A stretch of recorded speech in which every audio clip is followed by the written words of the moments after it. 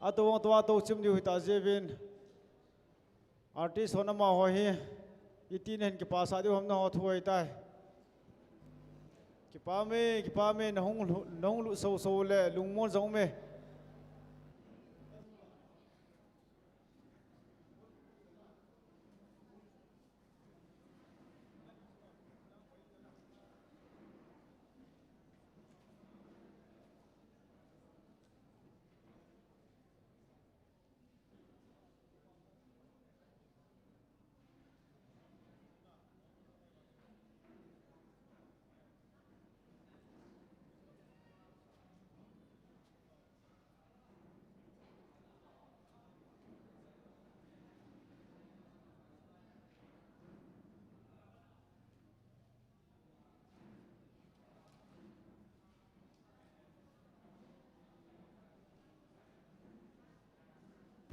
ila wa koi tabang phat mang no ma hi zong le ke he to hutin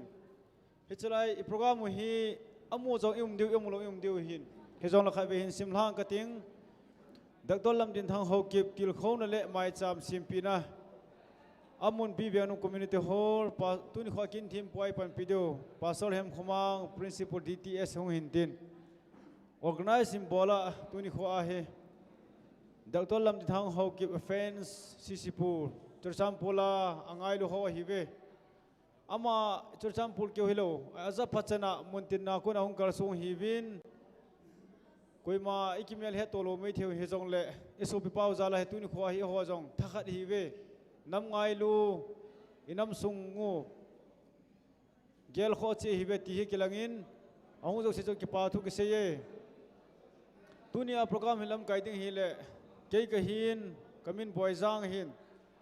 kain ki tho piding nunga helam boy hung hintin ki patna taw nei mon pidu pasol le ngam lecturer BBBC DM Veng welcome address ST Thienthang co convener zu fortune CCPUR chapter special number nunga lingzo sam hung hintin speech pu Lalminthang Misau founding member zu fortune hung hintin presentation program organizing committee hicha hi apane if any hicha in ko hijong le Dr. Pangailu na zala phat mang no ma thilpi pinom hodingin hisa pha ko hong kyong in tin apana holimna Dr. Lamtinthang ama hong in tin chizau ting le ba chaila nunga Mary hong in tin ama ong kichai ting le taupina kin thimpu pasol hem khuma hong in tin Vote of thanks, puti singamoy baite, jiyo ting le closing prayer hong hitite. Asa jong asa in, hejong le tom panten, thoha ten na pango hitin.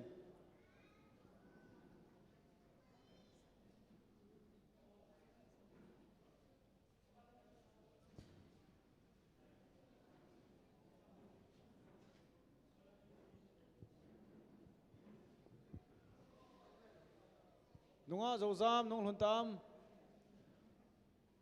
nung lun le la khat sating ki gong la ahung lung masasa ni sei ma pangmin to na hi masang lang sudi muite anung lang khu ikat lo ba he le apan pan hin ta chu in siam to pe dong hin te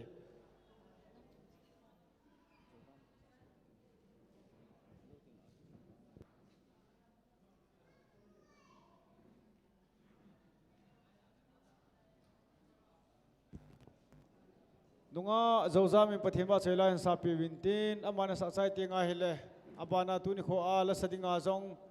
mi muntam ta ko na hong kalsung hizin la zo in ngai to pe diu hung hinte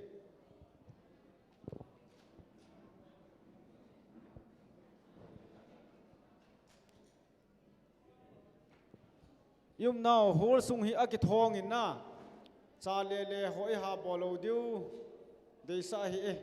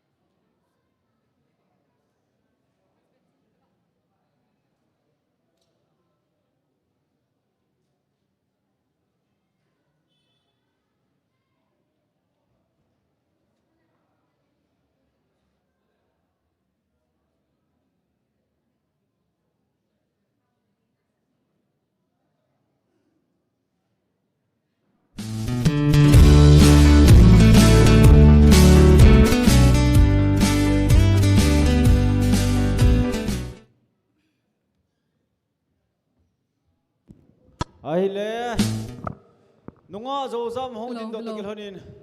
alim na in mi pi ha khudin na beng utele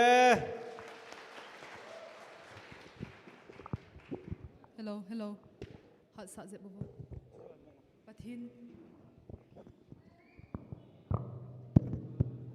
hitabang phat pha apu avelin pathin khat se chu lo pina changta hen lang pathin lo pina dingin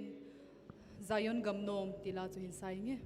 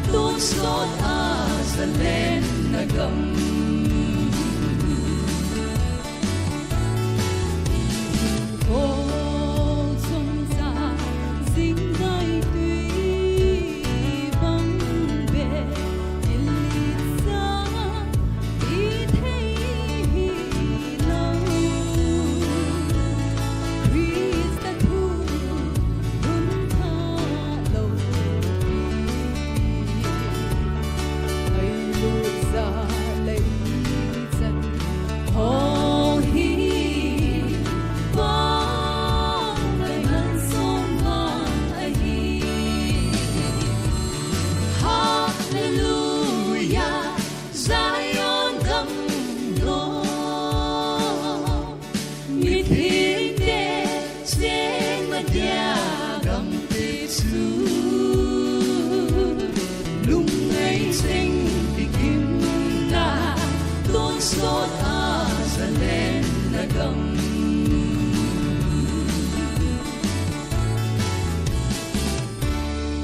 pathin chu lo pina changta hen Wat choi la ngai tan sa piu nunga zozam chak ke pa thu sevin Dr. Pa jong tua hi hong ke pat do hi tan minute lila nga zo te le hong pai ta de hi jin ho zong ki gong tup san anu mu hitin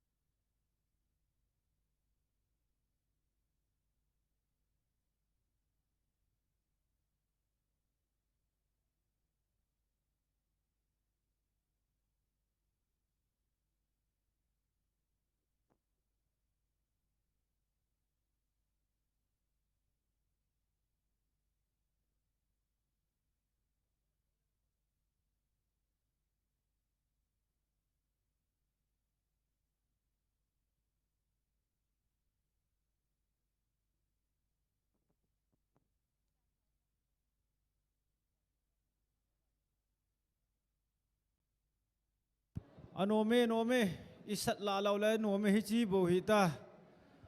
imum na wa Dr. Pupul do wa ilhiso so wa again thei pipiu tu ni kho a hi ta mela I mu deu hin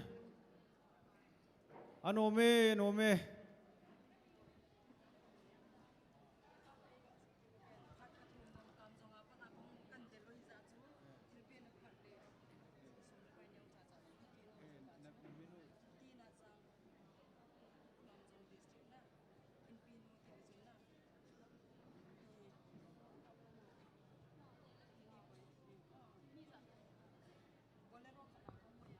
tu hin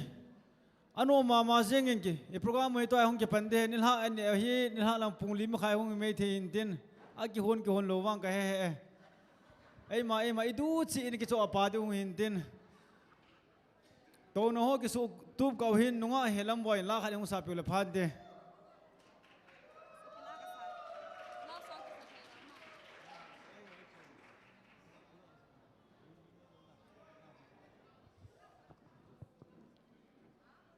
tua hi la na sa di hi le nun lui ngai lo atam thawe tian sa de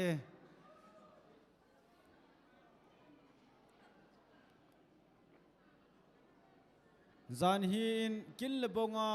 program hong ki gon le isa kai hi dei bangin zong an ki zo pon mi pi in hi chana lam kai pu ngai lu diu hi an ki gel pha po in to na zong hi azo khat le adim hi khadam tia hi kilung thom haul he jeng hin tu ni kho hin engai lu naw akimu in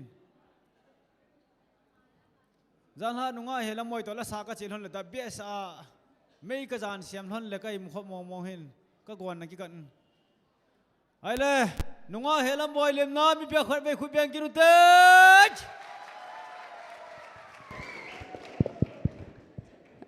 ki pau min mai cham kin hi zong le phat nga thei sa na zalin wang khozol ti chu hin sang ka tin mi pi ho ki he thi mo te tia ka hong taw he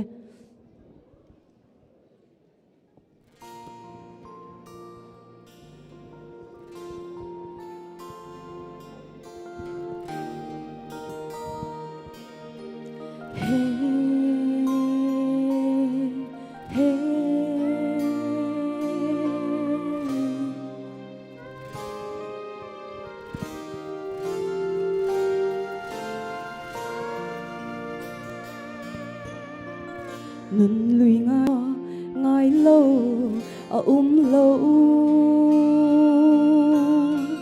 nun lùi ghé lo lung hơ lâu lâu lung hé lên xin lại luôn hi luôn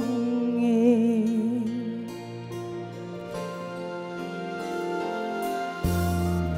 xuân đi tu mình mùi hoa hình gì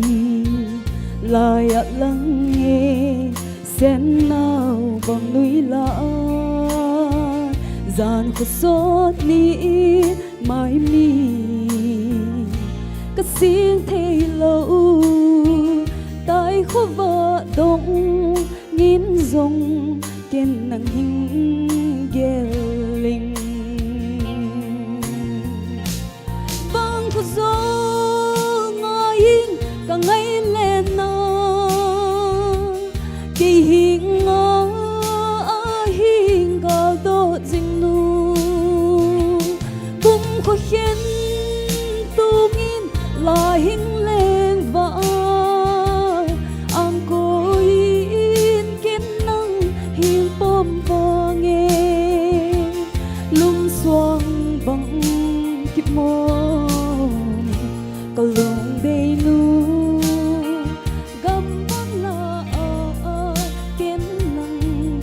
buka đâu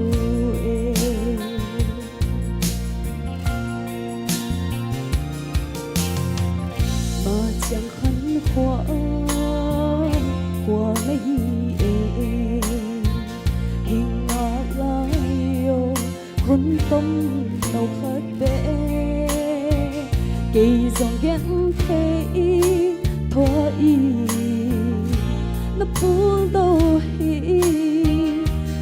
băng ngọt là in nghe đòn bằng tua ni đình vang khúc gió ngồi cả ngày lên kỳ hình ngõ hình gạo đốt chinh nu cũng có khiến tu nghìn là hình lên vợ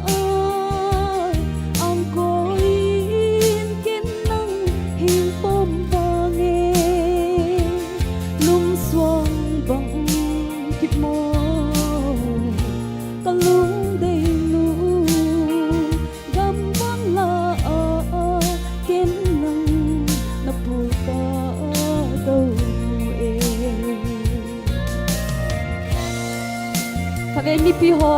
hitla ka sa ting le ka bolo la ka lung a thei lo khar um bin khat be pu be ni khong sa ya ding in khoi beng te chule tu ni iges po pu dr Lamtinthang ding in jong kha ve khoi beng te ki pa me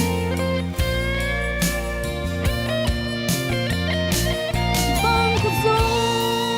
ngai ka ngai hình ngõ hình gạo đốt chinh nu cũng khó khiến tu nghìn là hình lên vợ ang cô in kiến năng hình bom vò nghe lung xoang bằng kịp môi còn lung đầy nu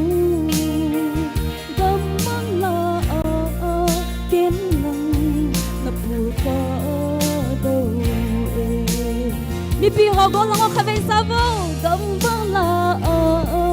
kiến năng nấp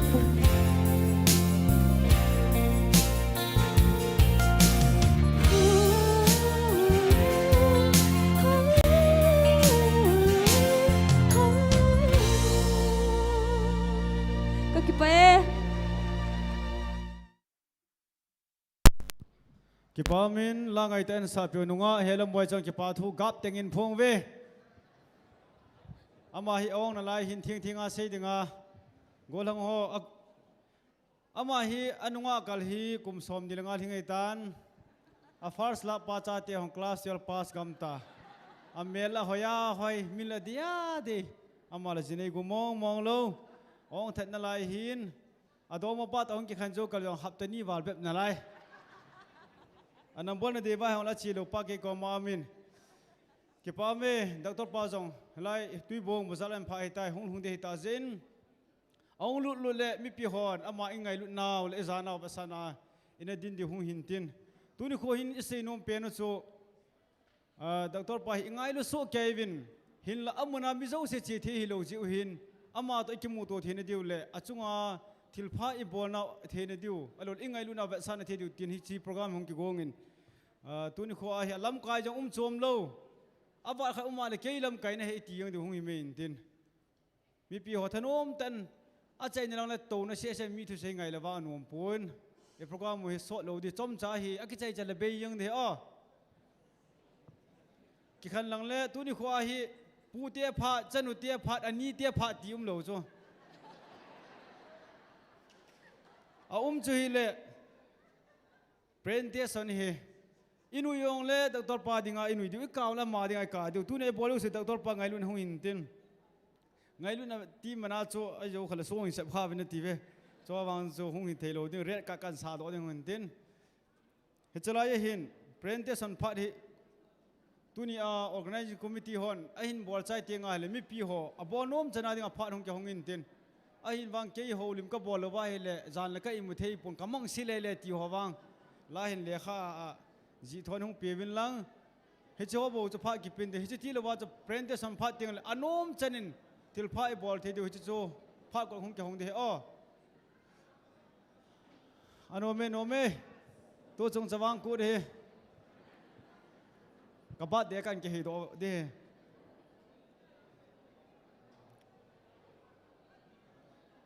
tunia hi bong thum le sil ni ki that he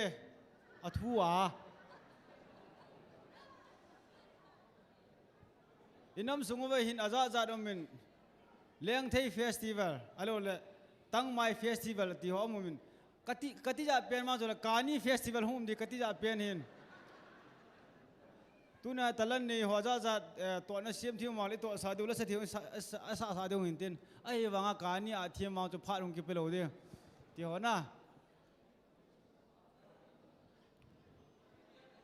hung lung oi tala kilomin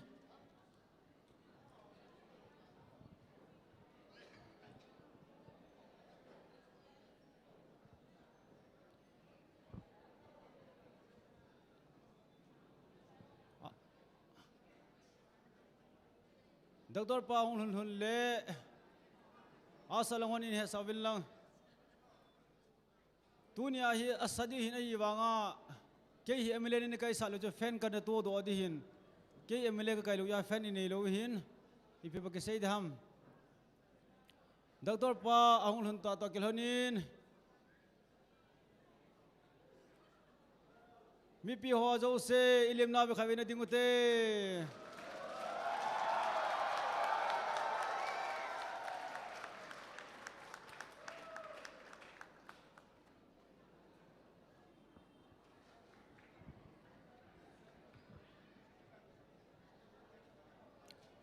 ale mi pi ho to tau tele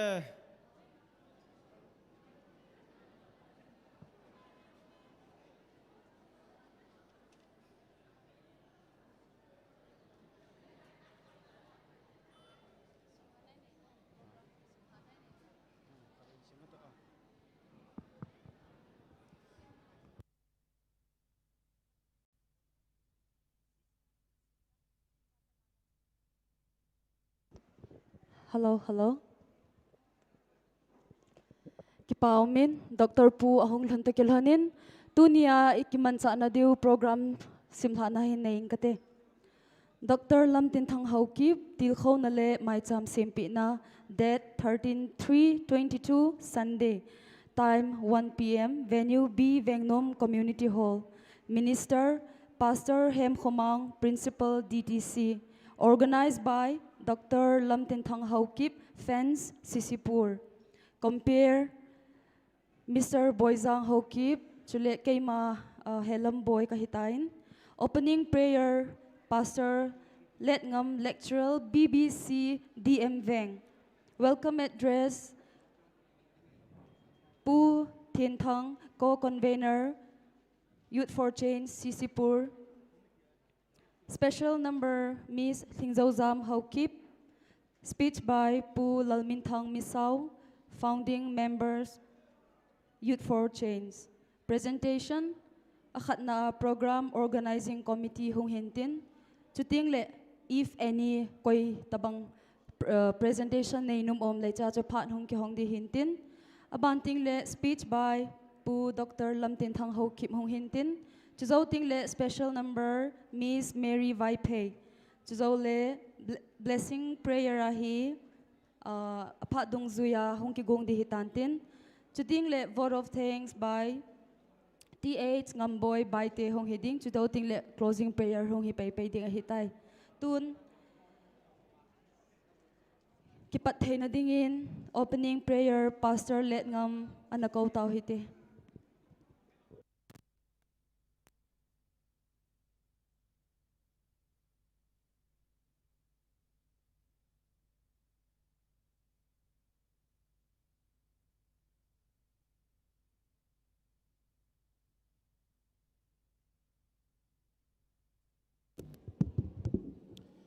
Amasan hitabanga phatlo pita emu sa upathin thangwa na pi masapenun he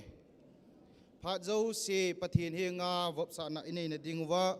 mi pi ho zo si pathin zanan ana dingu kho muite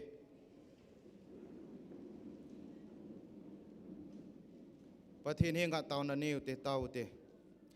van le si simle asunga thilum zo si to ke ma ho ina si muwa kahung kun do naw le kakile ki na diu ka holai yung hizing kapatin te kapatino hepa kale na vanoi le set boina ha sat na lungjin na khoi sat na tam ta umjong le pakai nang ma haimil khop hela boina ha sat na lungjin na nei pi lowa dunia program hung ki gong te ho pakai amun le aphat te ho lu a phat panthia kom jivin hallelujah tin min thing ka thangwa in he joting le pakai hi chi program ahung ki gun ti la patna lam kai te ho hi in chuting le hong ki khomi pi te ho hi in lam kai ho hi ka hung na chi wa boina ha sat na lungjin na to nei chom khen wa ki su khana pang pal to nei chom khen wa amun ka hung hlun thei ji jong na min theng ka thang wa in he pa chom cha pakai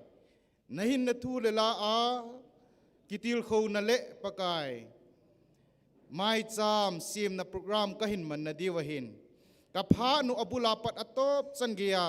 nang ma na lagaw thinga kalawa nang ma hung hading tin na pan pingai chan ka tawin he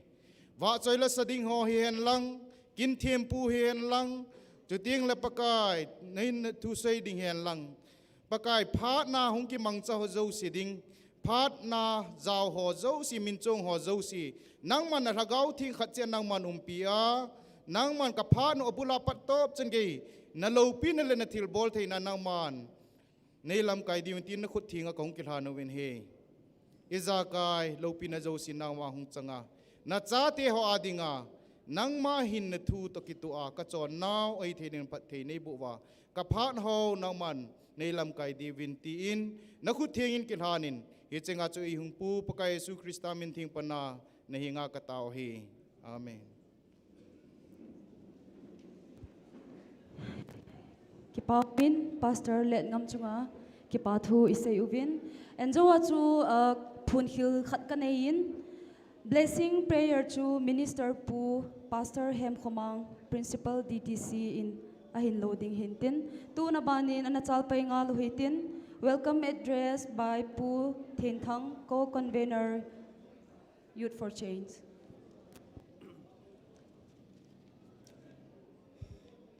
Nikupa ay musa uwa amasahan lopin na patiensang masahan lang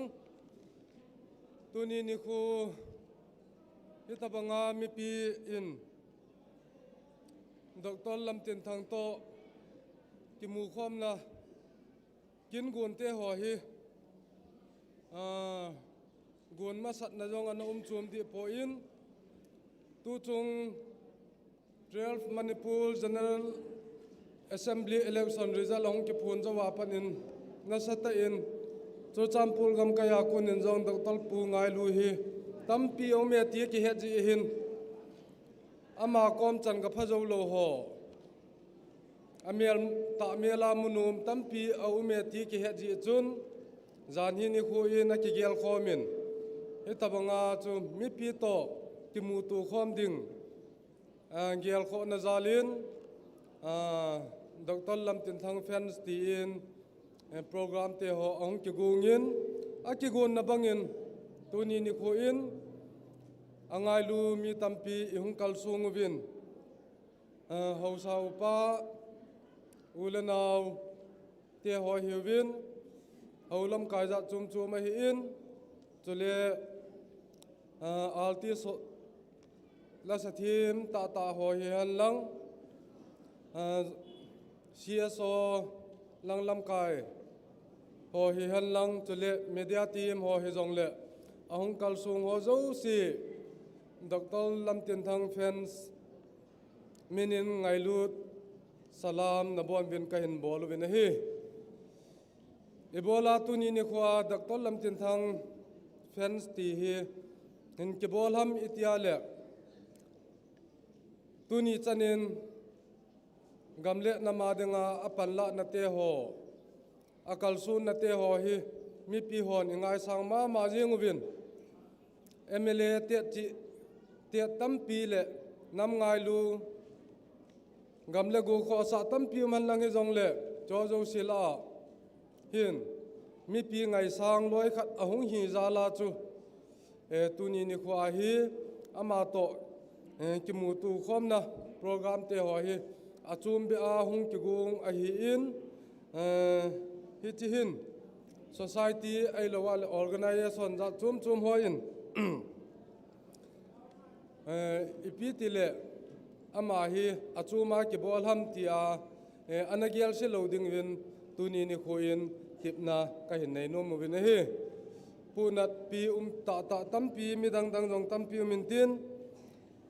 MLA tuni nu khwa MLA kai do zo lo pa hi aki gel kho min a hi ale pathinin jong MLA hi sanga egamle enam wadinga social activities na za chum lam chuma tong dinga adei sa na lai ji hin te ti hi aki gelin hi ji achu ama jong lung thasi lo hi la egamle nam wadinga zo thei chana pan a hin la jing ding nup na zala tuni ni kwa hi chikin gone ne to kilhonin adi in ke ho hung ki chum sei jing ta di lang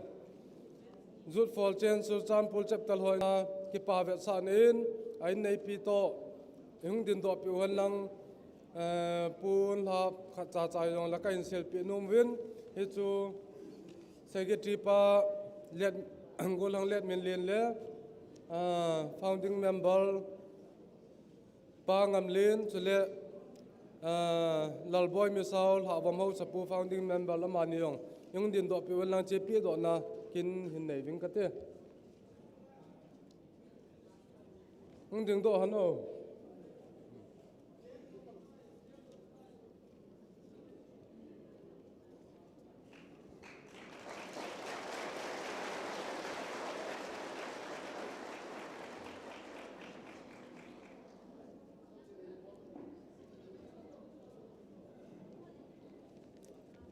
welcome address to goma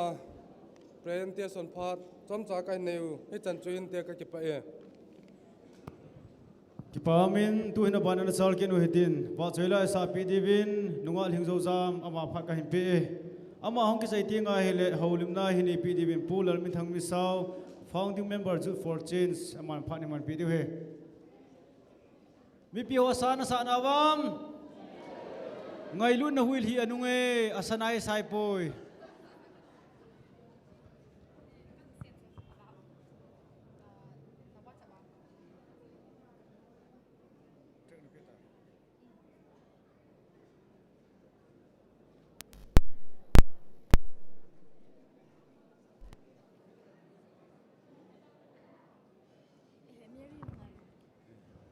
ai le nunga zo za ma ding khut ana pian kinu te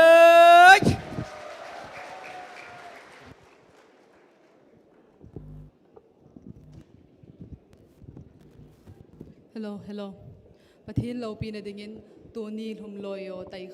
kho wa loyo tila chu hin sai nge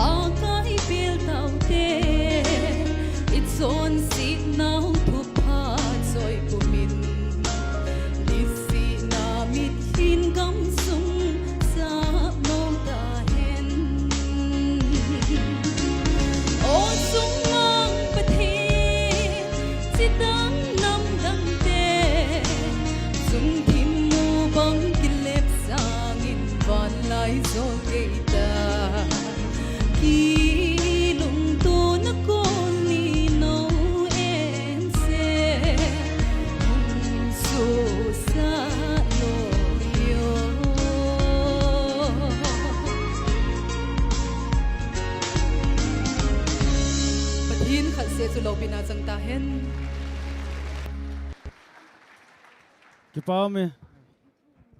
Hello.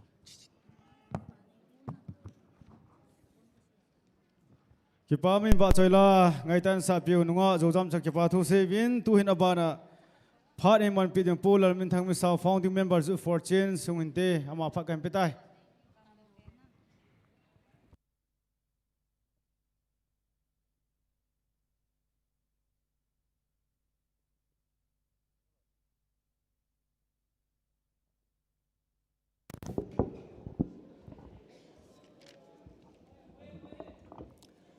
Amasan hitabang phatpha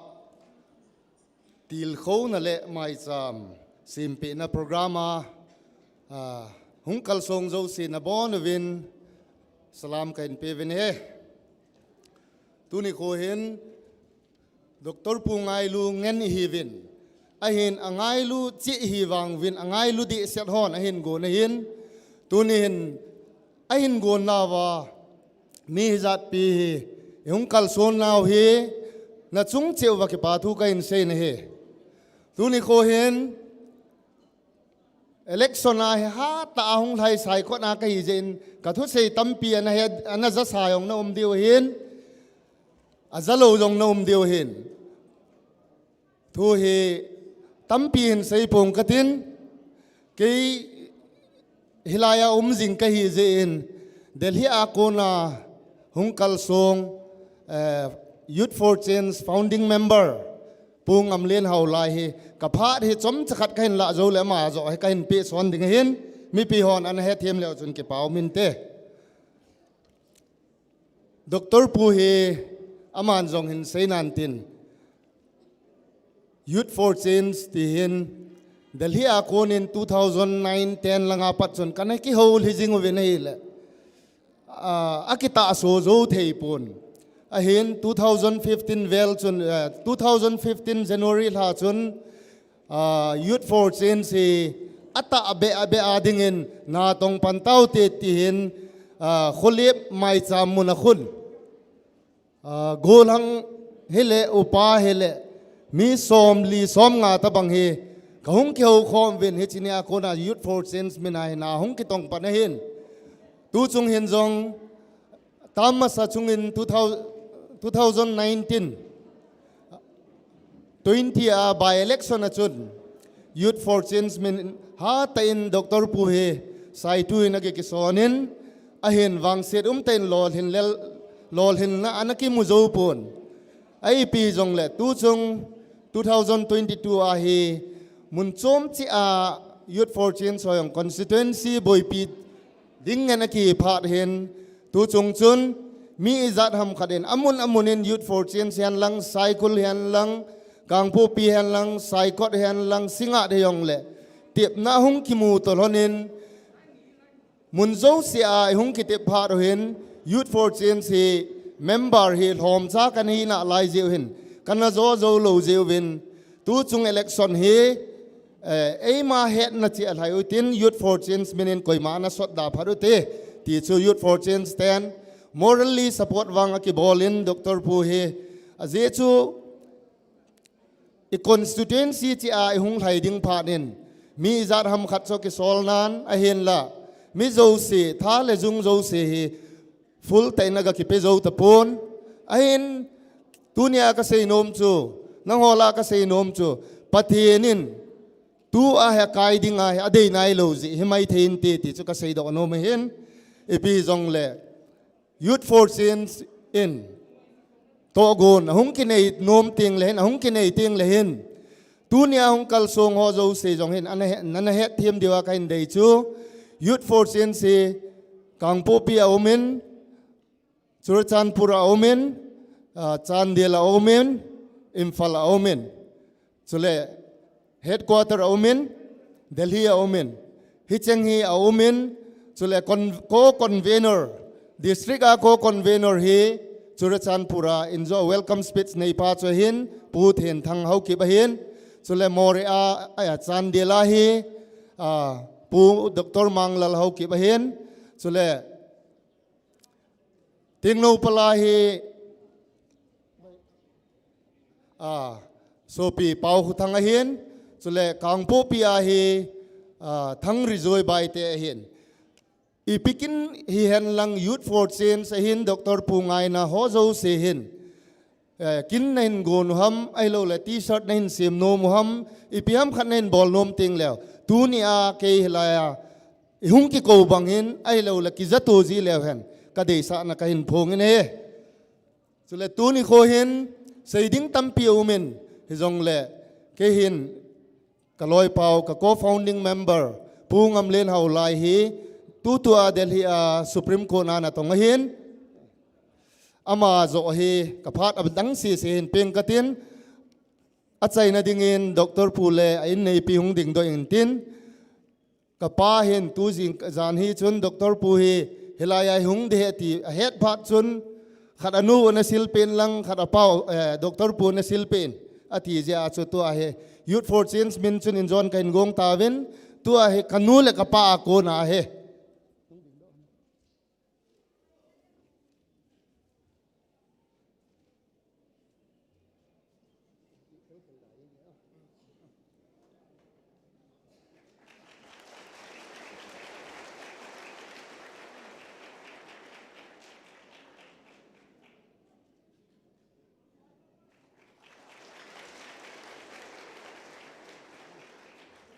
cái bảo mình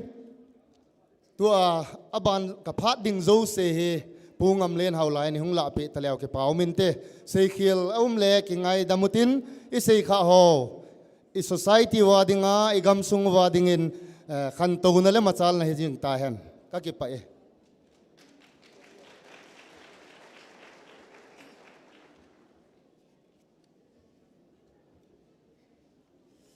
ki paumin programa kaminum hi zong le kaloi pa lalboyin phat in pison jin ama chung ki sei ma sapenin chuban le hitabang phat phai pe pathian ka thang vein ka vat le kidang ka san na tu ni hin election kai ho ki su khom na sang in mi tam go vin zo le akai hon no mo na sa khedi vem tiom ka ga gelin ipi hi zong la ngai lu na hin cái hi zo in kamina hin sei tain youth for change hung ki phu do pa na hung zau ka hin chunaba na chun hi chilai saikot mi ka hin na ai wa saikot da hin kom khapo in election a zong hin atam zo in sai tu langa komin azi chu doctor pu hi kaloi pa a hi ke lovin ka be pa zong hin na ai chi zia chu saikot langa hi lowa sai tu langa na hi ko ma ka hi le hilanga ipi so ham ti cha jong ka hezi pon tunia hi saikot mi pi te hoin sai tu election akai zo lo wanga chusan pur sunga so piulo naw hi zanin hi chilai muna hi ikisu khom wa thilibol pa ka vat le ke hi chilai ko ngai lo wanga chu doctor pui ngai lu na pau hi ke ong ka ki pa in chu jong le ke ong ka za ve tia ka ki la hin na hi chu thuma kai ta ba kan sin alut ahung be zong om na lai zin chuban le ahung zong om na lai di en tu nia hi kin ka sei nom ya dang hi poin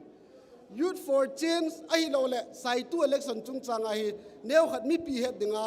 ka lunggel ka ga koi no momin azi chu election it kum nga dan si ahung to pe hin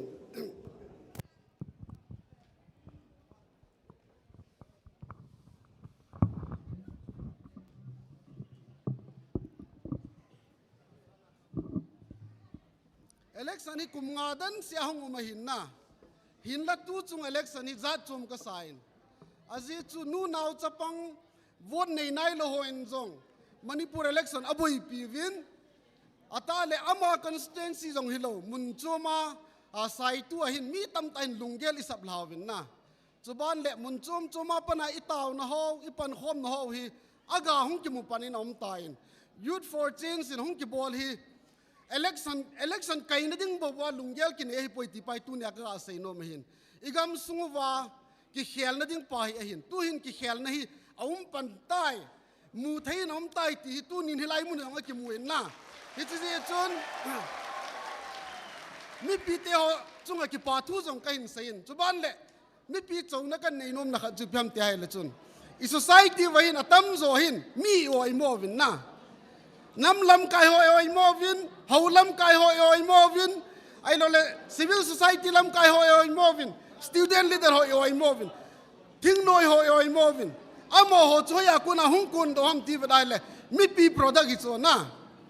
alei si da hoi lo ai le chun aga iti hoi dem ti pai tu ni mi pi ko ma ka koi no me aga hoi theina dinga chu alei si di ki sim phan wa ngai na tuin lin ta sei po hitin lin ta gel po hitin amas sa penin alei si chu ei ma ki cho ei ma ki kholu hitin ei ma in sum ki sim tup lewan inam sun akitup sa hi di cho sang ta tai sei wa gam tin ni so wa iphala la li sei sang win ei ma ki sim phau hitin in sum ki sim tup lewan inamu phain tin lam kai pha hong pon in tin ai lo ai le lunggel pha hong pon in tin tua nam na no hi phiam ti ai le imu chen so ka eu cho ai wanga chu nam na hi ibon wai polu di hiu cho na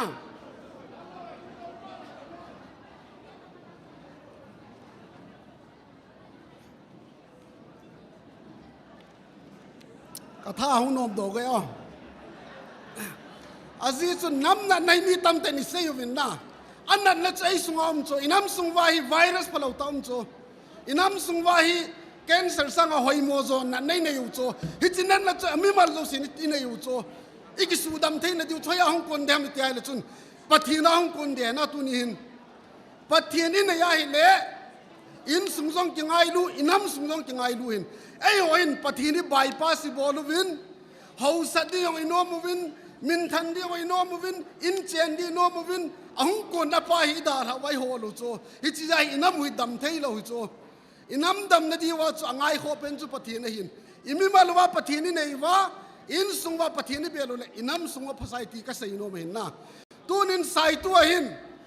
ยังไงลูกเต้าดรลำตินทั้งฮีอากายเจ้าตะปอยไอ้วางาแกหัวอนุนจุยหัวสปอร์ตรอยอากายด้านนักกิเกลูจู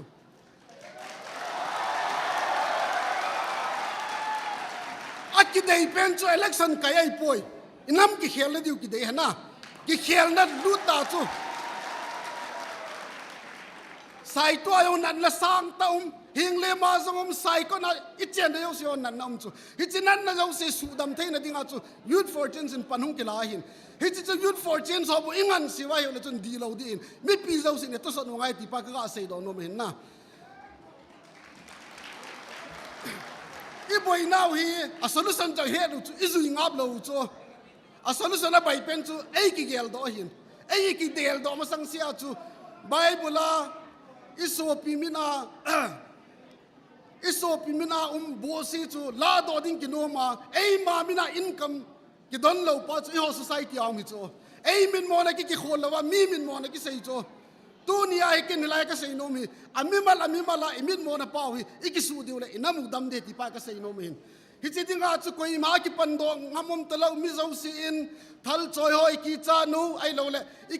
อีวันไหนเลยกิโลคอมโนฮีน้ำเลวที่ตะเลวพุ่งอากิงอลกัมตาพุ่งนั่นมีเราสิโลดิมตาโจฮิจิพาราจูใส่ตัวปฏินินเปียวว่าดอกเตอร์ปุหินมันตุมาอนุหงกิจุยาตัวไอ้มิปีไลกิเขียนนะหุยหงนุงตาจูนะฮิจิอนุนนะจะหานั่นดิ่งไอ้ไอ้หัวเจ้าสินปานิลาคอมดิวหินตัวอินจงโซเชียลมีเดียลาบังลอยน์ใส่ตัวเตะเดมูโจอีพีบอลนั้นสัตว์ไก่เจ้าโลหะนั่นติวโจฮิจินั่นใส่ตาโลดีว่ากติบนี่เว้อาจิจูใส่ตัวไม่เป็นด็อกเตอร์ปวดได้โลหิโลจูอินำนั่นน้าน่าไล่เสียจูก็อีมันฟูริกหาเทโลเสียจูบอยจูฮิจิดินมุนจูใส่ตัวบอมหิโลจูมุนติน้าน่าไล่จูนั่นเดต้า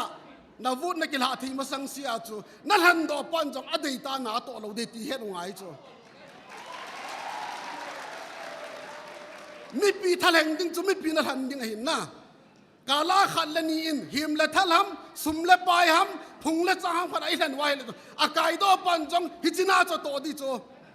ไอจีอาจุมิปีหอยก็จะนั่นนมจุเพียงแต่เลยกับวูจุกแกยาดิ้งอากุมงาสุงาพาดขัดซุนท่านในกี่ปีจูนิลาปีหิมแต่ไฟพาดูตาจู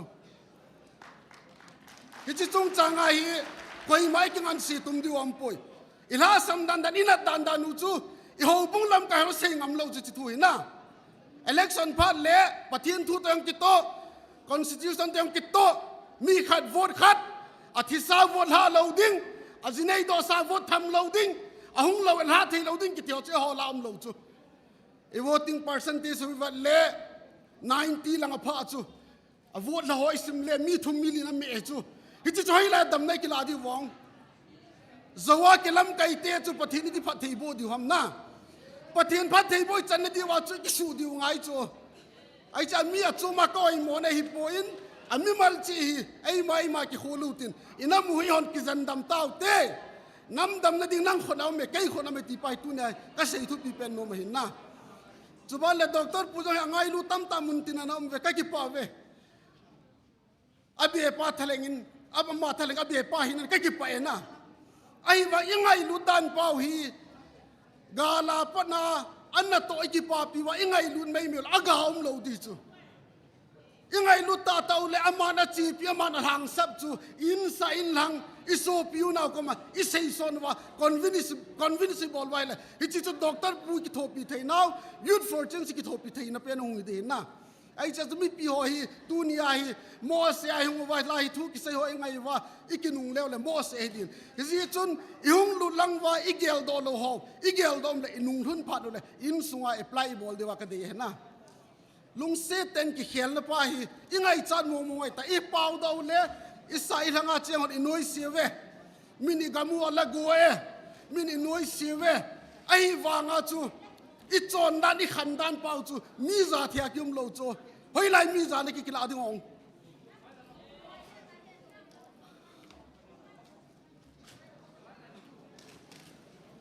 tu ma sang chun social media thil khat hung viral chona ibham abin jong ka hai tai kriti singam numai khat hung viral chuna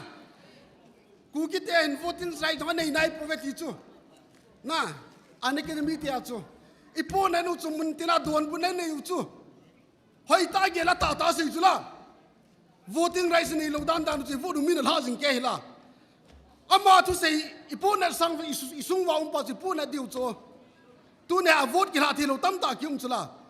voting rights nei lo ma ki chu la na mini sei pi le ki puna e ho sunga chi su mi chu ai cha chai ma ho ai mo ki su dio ngai ti pa chu ka sei hin tu ni hin thil tam ta ki sei no mam lang le ni lum ken sei yong la ka chim lo di hin ai wanga ka dei pen mi pi ko ma ka het sa nom chu doctor pui ngai lu na pa hui mo sen chi sa po ti ana to in vat sa utin yum na che van ki khel na pu do ding hin ai ho hi ezen in pong te ti pa chu ka sei no ma hin ka ki pa in hi chan ge mi pi ngai lu ki chan pa hi tarek somnin rizal ki phungin sai tua aki kai ta poi ai hin la ki man chadan chandan ka bana kai le aki kai ho sanga min ki pa piu chu thing sela ki bol ja min ki pa piu chu vote sang sa ki wal ki mu chu na vote sang sa ki wal ki mu chu hoi ta ki su thing sela filter ki bola aro tu du chu na ai chi ta bo thing sel vote ki mu chu ai chi a chu sai tu mi pi ho oi mo hi win abang loyin him le thal ma sanga zong phung la chang ma sanga zong ngai lu na ki khel ding dei na chu vote pi ji wa chu vote sang si ki mu chu mi dang hon an nei sau vote sang chu mi dang ho vote chu sang li sang nga ki panwa dalu chu aji chu phung la chang ham hing lo thel lam khana ki an nei sau capital chu doctor pu vote chu zero apana sang si ki nga hi chu athwa thu pi hai na tu hin kavana ka hi le pathin ni phiam khat wang in ham ven a bol no me ti hi kamu chin ta in ka ke pa in ikai lo wang win pathin na to na pa pathin dai sa na pa a chi ding ja chu ka ke pa hin tun hin doctor pu hin in sumi te ho hin agan thei naw aliu naw akam naw ai lo la thil tam ta boina tu ho hi ivada hi le mi pi hon ingai lu na pau chanam khan ingai zang hu chu iki pa pi na pau idai sa na pau ingai zang hu chu I chin su ingai zang ke u chu lo nam zong ngai zang hu te inam ngai zang na di win ium la che wan ki khel na pa hi ata ten pu do taw ti ti pa chu ka ga se hin I pian lang zong le ke pha zong lovin kan mang sau thim ta in ka pun adwal zia chu tam ta ka hin se hin sei khel zong min tin sei wal zong min tin hin la nam society pon na hung ki se hin la khel po hitin pathin in thil bol ho hi pathin bo in tin aban lang le ata le adia thil hung chi a ithil bol ho zo siu hi inam diwa khan to na hui theina dingin aki sei ho pathin pathei bo pi tawn ka ki pa e Hello. Kipaumin, tun aban anachal pay tau hitin. Presentation by Program Organizing Committee Hong Hintin. Hitizo ting le presentation bolding in ti nat zangakuna Kamjong District ti nat zangakuna in Pinu chuan kigong payle chun kipaumin ti. Nabon savin sumpa kipam na lom me hibanga mi pi hon nami pi hon Dr. Pu ngai lu hi lo pi ka sa in zan hi ni kho in pathian zala angai lui tam jeu hin amuna mi jau se che thilo diu je hin lai na hong kila ni hilanga ma hong kal song thi dinga je hin hi tabong hi program ki gongin ai le apha chun atong ding tham ding jong mi akum pon ala mi pi tu ni kho hi za de hung di wong hi gen sa na hi pon hi jong na tu ni kho hin Dr. Pai ngai lu na an sangin to na ho jong alhing zo ta pon ha sata in khona mon akiba na hele ke phalam nan ki dimin hi jong la tu ni kho hin Dr. Puin tu chunga election a lol hin lana ehni na pa chunga hin mi pi zo sit ilai na pi win a hi wangin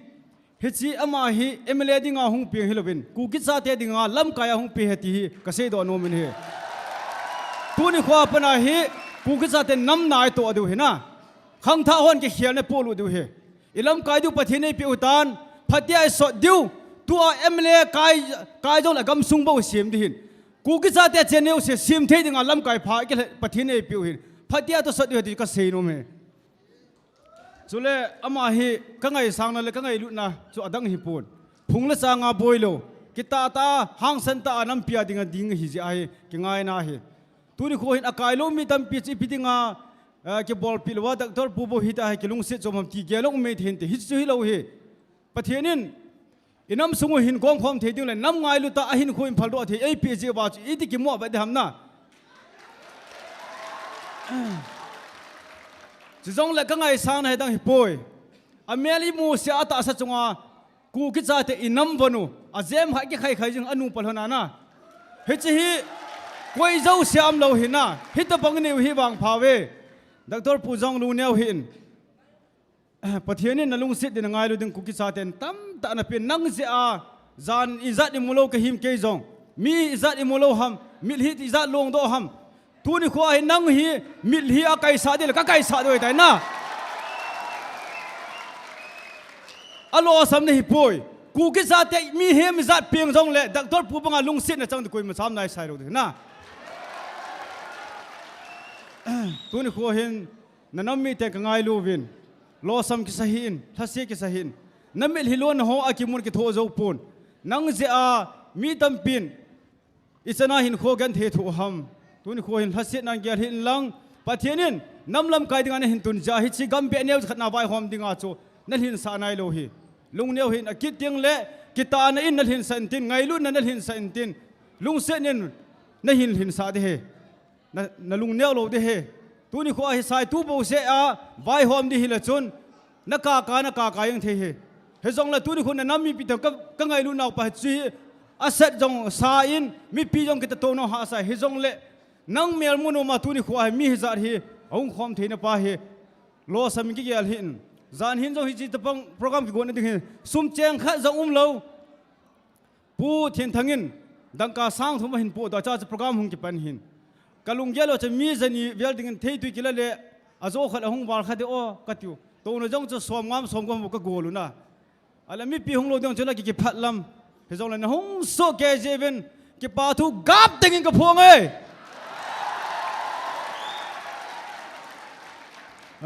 ingai lu naw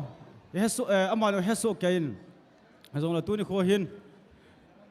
angai lu che jong lew han amona an hai pia hi ta banga ikimu khom tu thine di wa program hingong lam kai jong koi mami bon che wa he pu ki nam pia de lam kai so ke be o asum ne ni achinga thimo lam kai di lo angai lu cha lam kai hi jeng ve yeson tu ni kho hin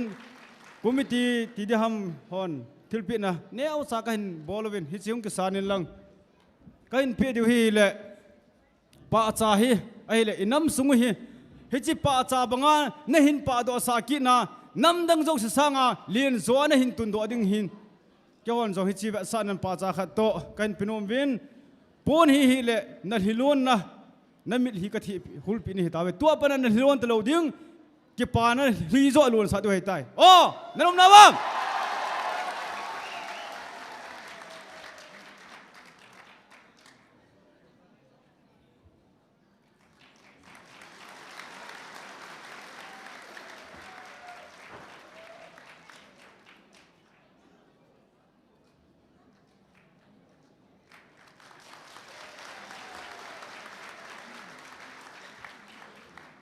Kamial hon jong hi beleo chun ke ta bang mo ama a phe hom mal hom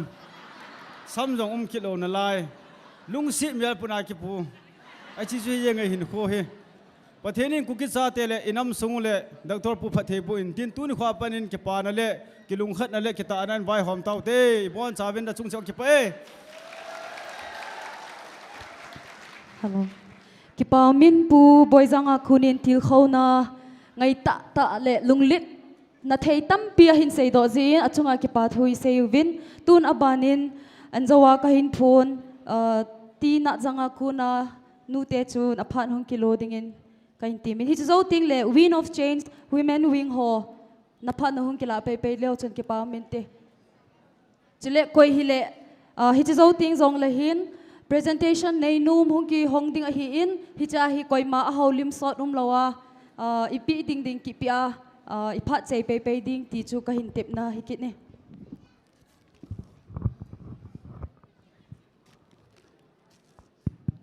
ก็กิปะเบียเสเจงอินตัวนี้ตะบังพัดผ่าประเทศนี้ไอปิจาลวิทมาสานประเทศมินกระทังวะมาสานเฮตัวนี้นี่ขวากระสอบปิปาดรลำตินทังอเมลกมัวไอในปีกมัวอินสุงขนาดก็ความปีเจนประเทศมินอเวลินกระทังวะกิจนี่นะเฮสุเลดรลำตินทังอเฟนส์โฮนัดจงวะกิปาทุเซโซโลกันพงอินประเทศนี้พัดเทนโบเฮนตีกะกะเซโดกิโนมินเฮสุดที่งเลก็สปิปาดรลำตินทังฮีอสปินูจูตีนัดจังกำจงดิสตริกงาอินปีนูนฮีอินฮิจงเลตุนินอามาตะปูอินอามาฮิจงเลอสปินูมินินคอมิเตโฮอินปูนทับขัดใจฮิจงเลกสิทเวทนาวินคนนุงอาวังผัดนาดิงินกสิลปีโนมวินตูไลฟอนฮีกิโฮดิงินอภัจมเลเจงินฟอนฮีเห็นนังเลตุนีดรลำตินทังอเฟนส์โฮอินฮิตบังโปรแกรมเราปีตะกุนหัวจงให้กระเฮ็ดเราเดียวเห็นจานี่ละอินฟอนาหงกิโซกมูวินจิงกะมาตะอินกามจงอาปนินกันเดลวินก็อภัทจุกันลับเบ็กเซลวินก็กิปาเลเจงวินคมีปีเตโจเสียจงอหงโนมินฮิจงเลลำกำลาฮิเจนกบอนวินก็เจ้าเทปวินฮิจงเลตัวนี้นี่หัวกระเซนมจูดรลำตินทังนปูลกระดงวินตีนาจางกามจงดิสตริกงานสวปิเตหัวเจงเซอินอันนั้นเทโลตุยดอนเทโลวินจานีโมโมอินก็มิดเหี่ยวกระเสียงวินประเทศนี้งักขตาวเปียวินกุมสร้างนี่ละสอมนี่ละสกีอังลงดิ่งก็กาลดนวินฮิสนิโคลเห็นกะอันนั่งจงประเทศนี้ดำนันปีเห็นลังนัสโซปิเตกีหัวจงประเทศนี้ดำในปีเห็นอังไงลอหงกัลทรงหัวจงเสียจงประเทศนี้อินนมุนเจ้าวะประเทศนี้ไอดินปีเห็นตัวนี้นึกว่าอีปีดิ่งไอโลเห็นเราวหัมอธุฮีกิลตาอินเกลวินอนาเตียงอาสุจงกะเฮนายอหินกิลตาอินกันเฮปุอิติวาลายสาอุตบังโคฮีอเฮเทียมโลหอนเฮเทียมโลจาฮิตบังทิลโซหินฮิจงเลตุนีอามิทิลงโจเซประเทศนี้พัดเทอโบปิโอเฮนตินประเทศนี้มิทิวฮีทูหินเซซาเตเตเฮนตีจุตุนีอากาเซโดโนมฮีตีนาจางกำจงดิสตริกอาโกนาดรพูลกโซปิปาลำตินทังกุมสังนี่ละสอมนี่ละสกีองทินเตงเลอีพีฮัมนังอาดิงอาปอยโมจูกัมโจเทฮัมอีพีโจเทฮัมเซอร์วิสตุนเทฮัมเกยหัวจูนังอาดิงินเรดิสากะฮีเวโจเทโจเซกะโจดิวอาวาโจเซบอลดิว2027ไอหัวพาดหงฮิดิงฮีตีจุตูนินประเทศมินินกะพงดอโนมินฮีกะพาดฮิจันสุยตันตินเกยเลกันซุงมีเตเกียวฮิโลวินก็ขซุงมีเตหัวเจ้าเสทะเลงินดักทอร์ปูนหินสิลเปเองก็เตลุงเสตอินดินดอปีเลี้ยวจนคิปาอมินเตฮิจันโซเกยพัดตันเต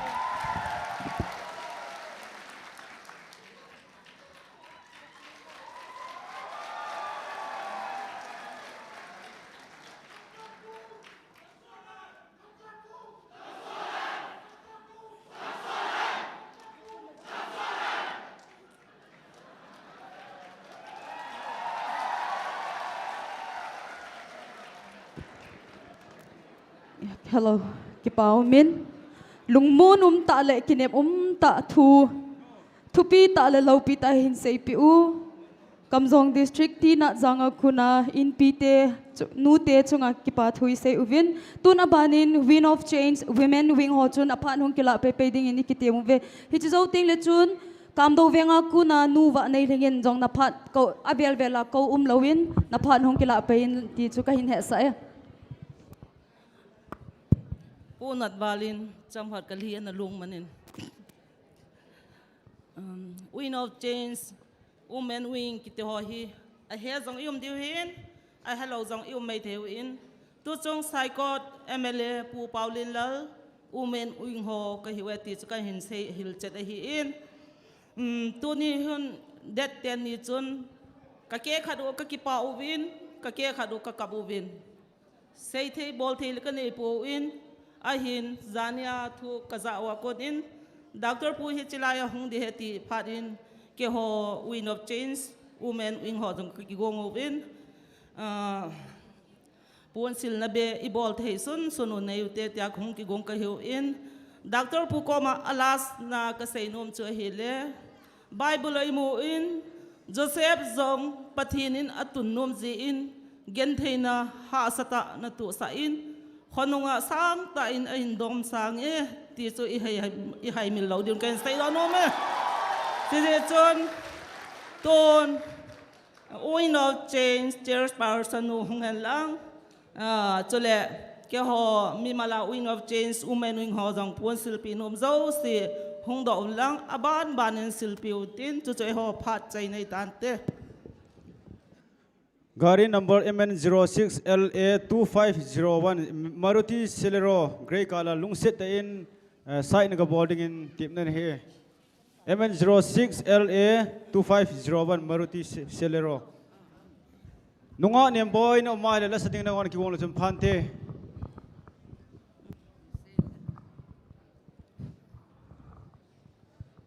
cái dòng neo khát xây nôm các gã này Dr. LTT fans dấu si chunga hi program hun organize te chunga ki pathu women win mingin ka ga sei kinin chibana chun azawa hum ki sei bang chun Dr. Pu hi pathinin saitu constituency chawadinga ade a hi pon e ho ku ki nampum pidinga ade a hi ti hi tuni hin na sata in I movin I hechinuwin chizia chu pathinin adin munding hi ichi sanga sangzo akoi pi hi zein chiji chun tuni hin lungneu lowin tunia mi pi hung khom zo si apat hin amazong akil hamunding in deisa na kahin han kini na hi chuting le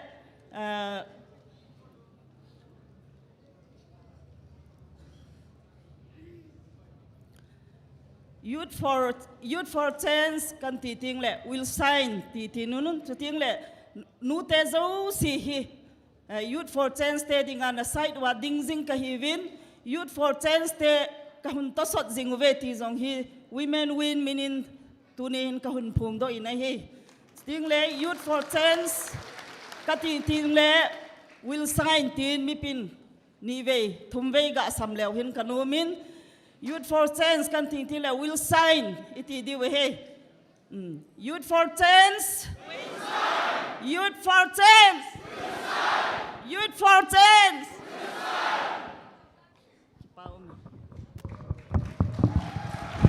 Hello Kipao min tu hin lungsit ta in phat jong hi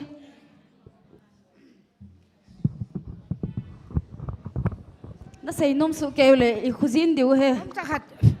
hello pa pathian ni nei koi zen pa pathian thang vai nu mel lan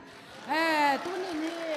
pentecost kichi hi tunin Sorosan pula igam sunga pentecost gamatun ta zen pa pathian ka thang vai ama wang sia hilawin awang phat na dinga thil hi zada zen pathian ka thang va ki din tunin hi ki khel nai chiu ni ki khel pan tawin zote paite simte mal vai phei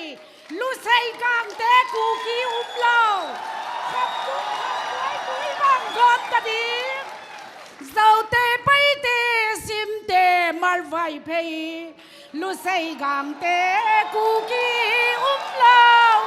kham tung kham wai tui bang gom ta di ki pai nghe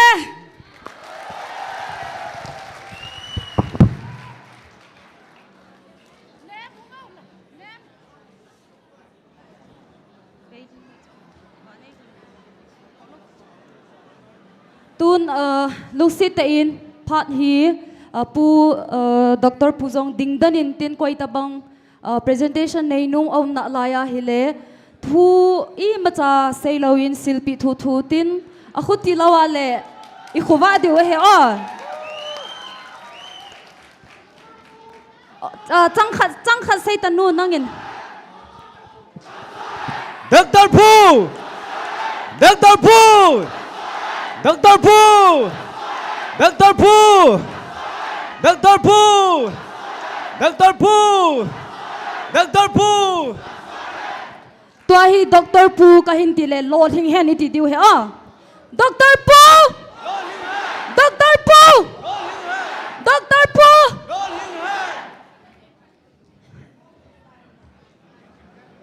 tua hi program hi Dr. Pu ho lim na ding amasalanga a hi chichi hung hi lo di ama hi program achai na pe na isai sa deu he azi chu aki chai chan mi pi ho ki tup chana iki khan diu dei om zi in ama hin achai na pe na ama phat hi hung ki pi de hin chule koi ta bang nung langa ho refreshment chang lo lai ho chu Dr. Pu angai lu ho chule fan jong lo hi zi in angai lu ho cheng cheng in sum a hin don khom ki do vin tu hin refreshment alla be in mi chi kinin analong neu hi vin ibon ba ichan so kai du hi Kipame ane hin halang pung thum ma khai di he aki hon ko hon lo wang ka he poi bo san na thelo ho bo lu bong san na thelo ho bong keng Kipame tu ni kho pa na hi ku ki sa ten nam nai to du tai zu for chen si hi to pa na i hin suk pi hing diu a khu tin a veng tin a phat tia member lo hing diu hi cha ko na thil phai bo du hi phung la changa poi te pong te a pha chom poi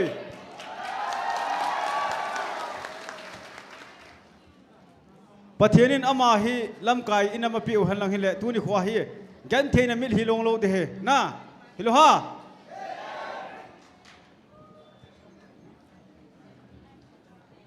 ke phat lam jong jeng hi bang lo lama Dr. Pu ingai lu de lam ke hele public ground be lo le peace ground be an ke bol ta dinga o he linet.com kisi na khopi a kiliang lutai Dr. Pu inam sungwa lol hinai nei ni khoteng le ku ke cha te jong si iza hil ke he na chen program man ne theding in kha in sa video da so almo hita thang tua hi ho ni bol du chadang hilo ku ke cha te kilung khan na thu se diu nam nai to diu hita pam hin dong dal chu he do thu diu chu ata he he do ding ma pho he do lo wai hoi so ji ba hi chana he nam pi gan thiu chu hilo ha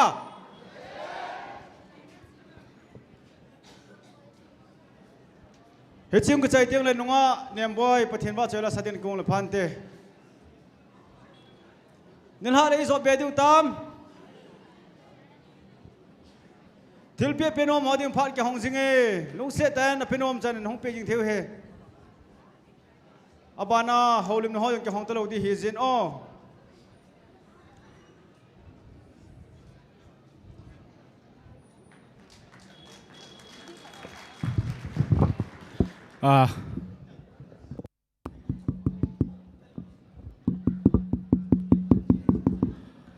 amasa in tuni huno in man phang pi bia pathian ko ma ki pa thu ki na tuni huna Dr. Pu in 12 Manipur Assembly election sai tu ekau na na zo elected din na lo zong le mi pi lung si ma zo na kalung tang a zo na et san an hi thang swa puan hi anu pawa kang sil sa hi a ujan mai lam huna lung nieu lo in pangkhom le pathian pan pi na zalin gwal tung tuan ni hung tung nge ding hi chi in pan ha lain lain in han cham ni chi hi saw lo kang gen he ki pa nge Tilpa in bolio se chunga ke pa thu sei ve pathin bo han tu hin abana la sading nunga nem boy phak pe nunga nem boy la sa chai tinga hile tu ni khu a kin thim pai pon pidu pastor hem khumangin hi chapa choi lo pidu win ama pha hong ki kain en ki ko pidu kain he sa in he chi sunga ko hi la mai cham sim num ho dinga pha jong jong de he ale mi pi ho nunga nem boy ading mi pa khun bank ki nu te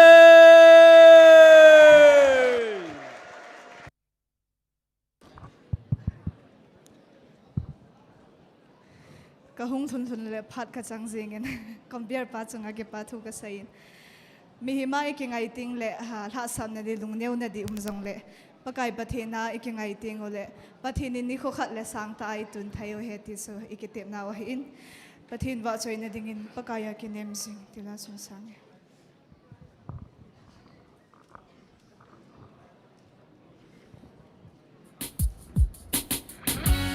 hello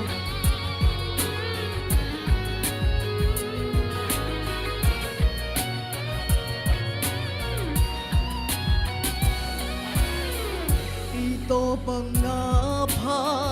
hitam pakai chu pati puhitin veti muhite pakaya kisel sing mi hovang chu anun nong chung nung ahiu ve pakaya kinem sing mi hovang chu Akha usim tha kinu vintin muvan lai bong nga leng to ding nu thấy to ding nu thật cho lâu vi khang dong ho song a thao a cho thein tha bay hil khom in a lu ham si e Alhata satha hana bikitsi althawa sakitsi pakaya kine singmi hovansu akha usim tha kino vintin mufan lai bong nga leng to dingo thấy to thật cho lâu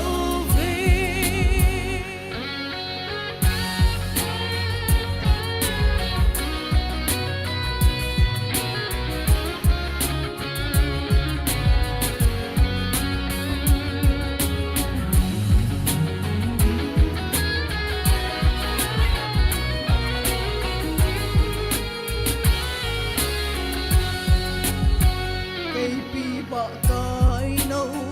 agila kilzi ha samphat ho zong a hin nei zi hin la pa de pakaya kine sing mi ho vang su akha usim tha kino vin vin mu van lai bong a leng to dingo thấy to thật cho lâu vi mi ở bằng xa col lẽ căng cả lại bầu kỳ son pi thi na nei diu vin a hi cây bằng cặp ba cái bạc thiên min na màu có kỳ son ding ding ding a hi bạc kaya Akha usim tha kino vintin muvan lai bong nga leng to dingo thấy to dingo thật cho lâu vi pakaya kine sing mi ho vang su akha usim tha lai bong nga leng to dingo thấy to dingo thật cho lâu vi thấy to dingo thật cho lâu vi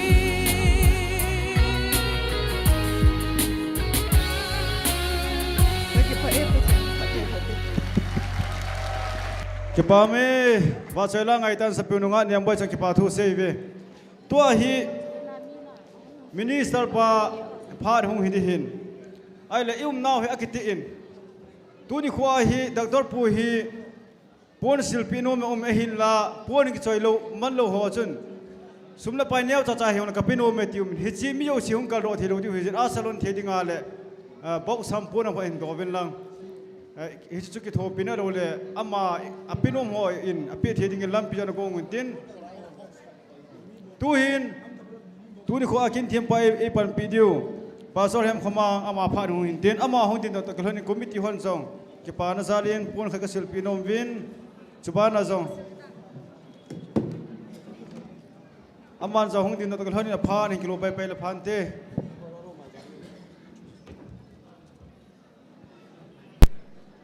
sana sana wam lu nong hi wo mo re hon kum lung ke ni sa tho he ngai lu na hui li anu nge adap jin zene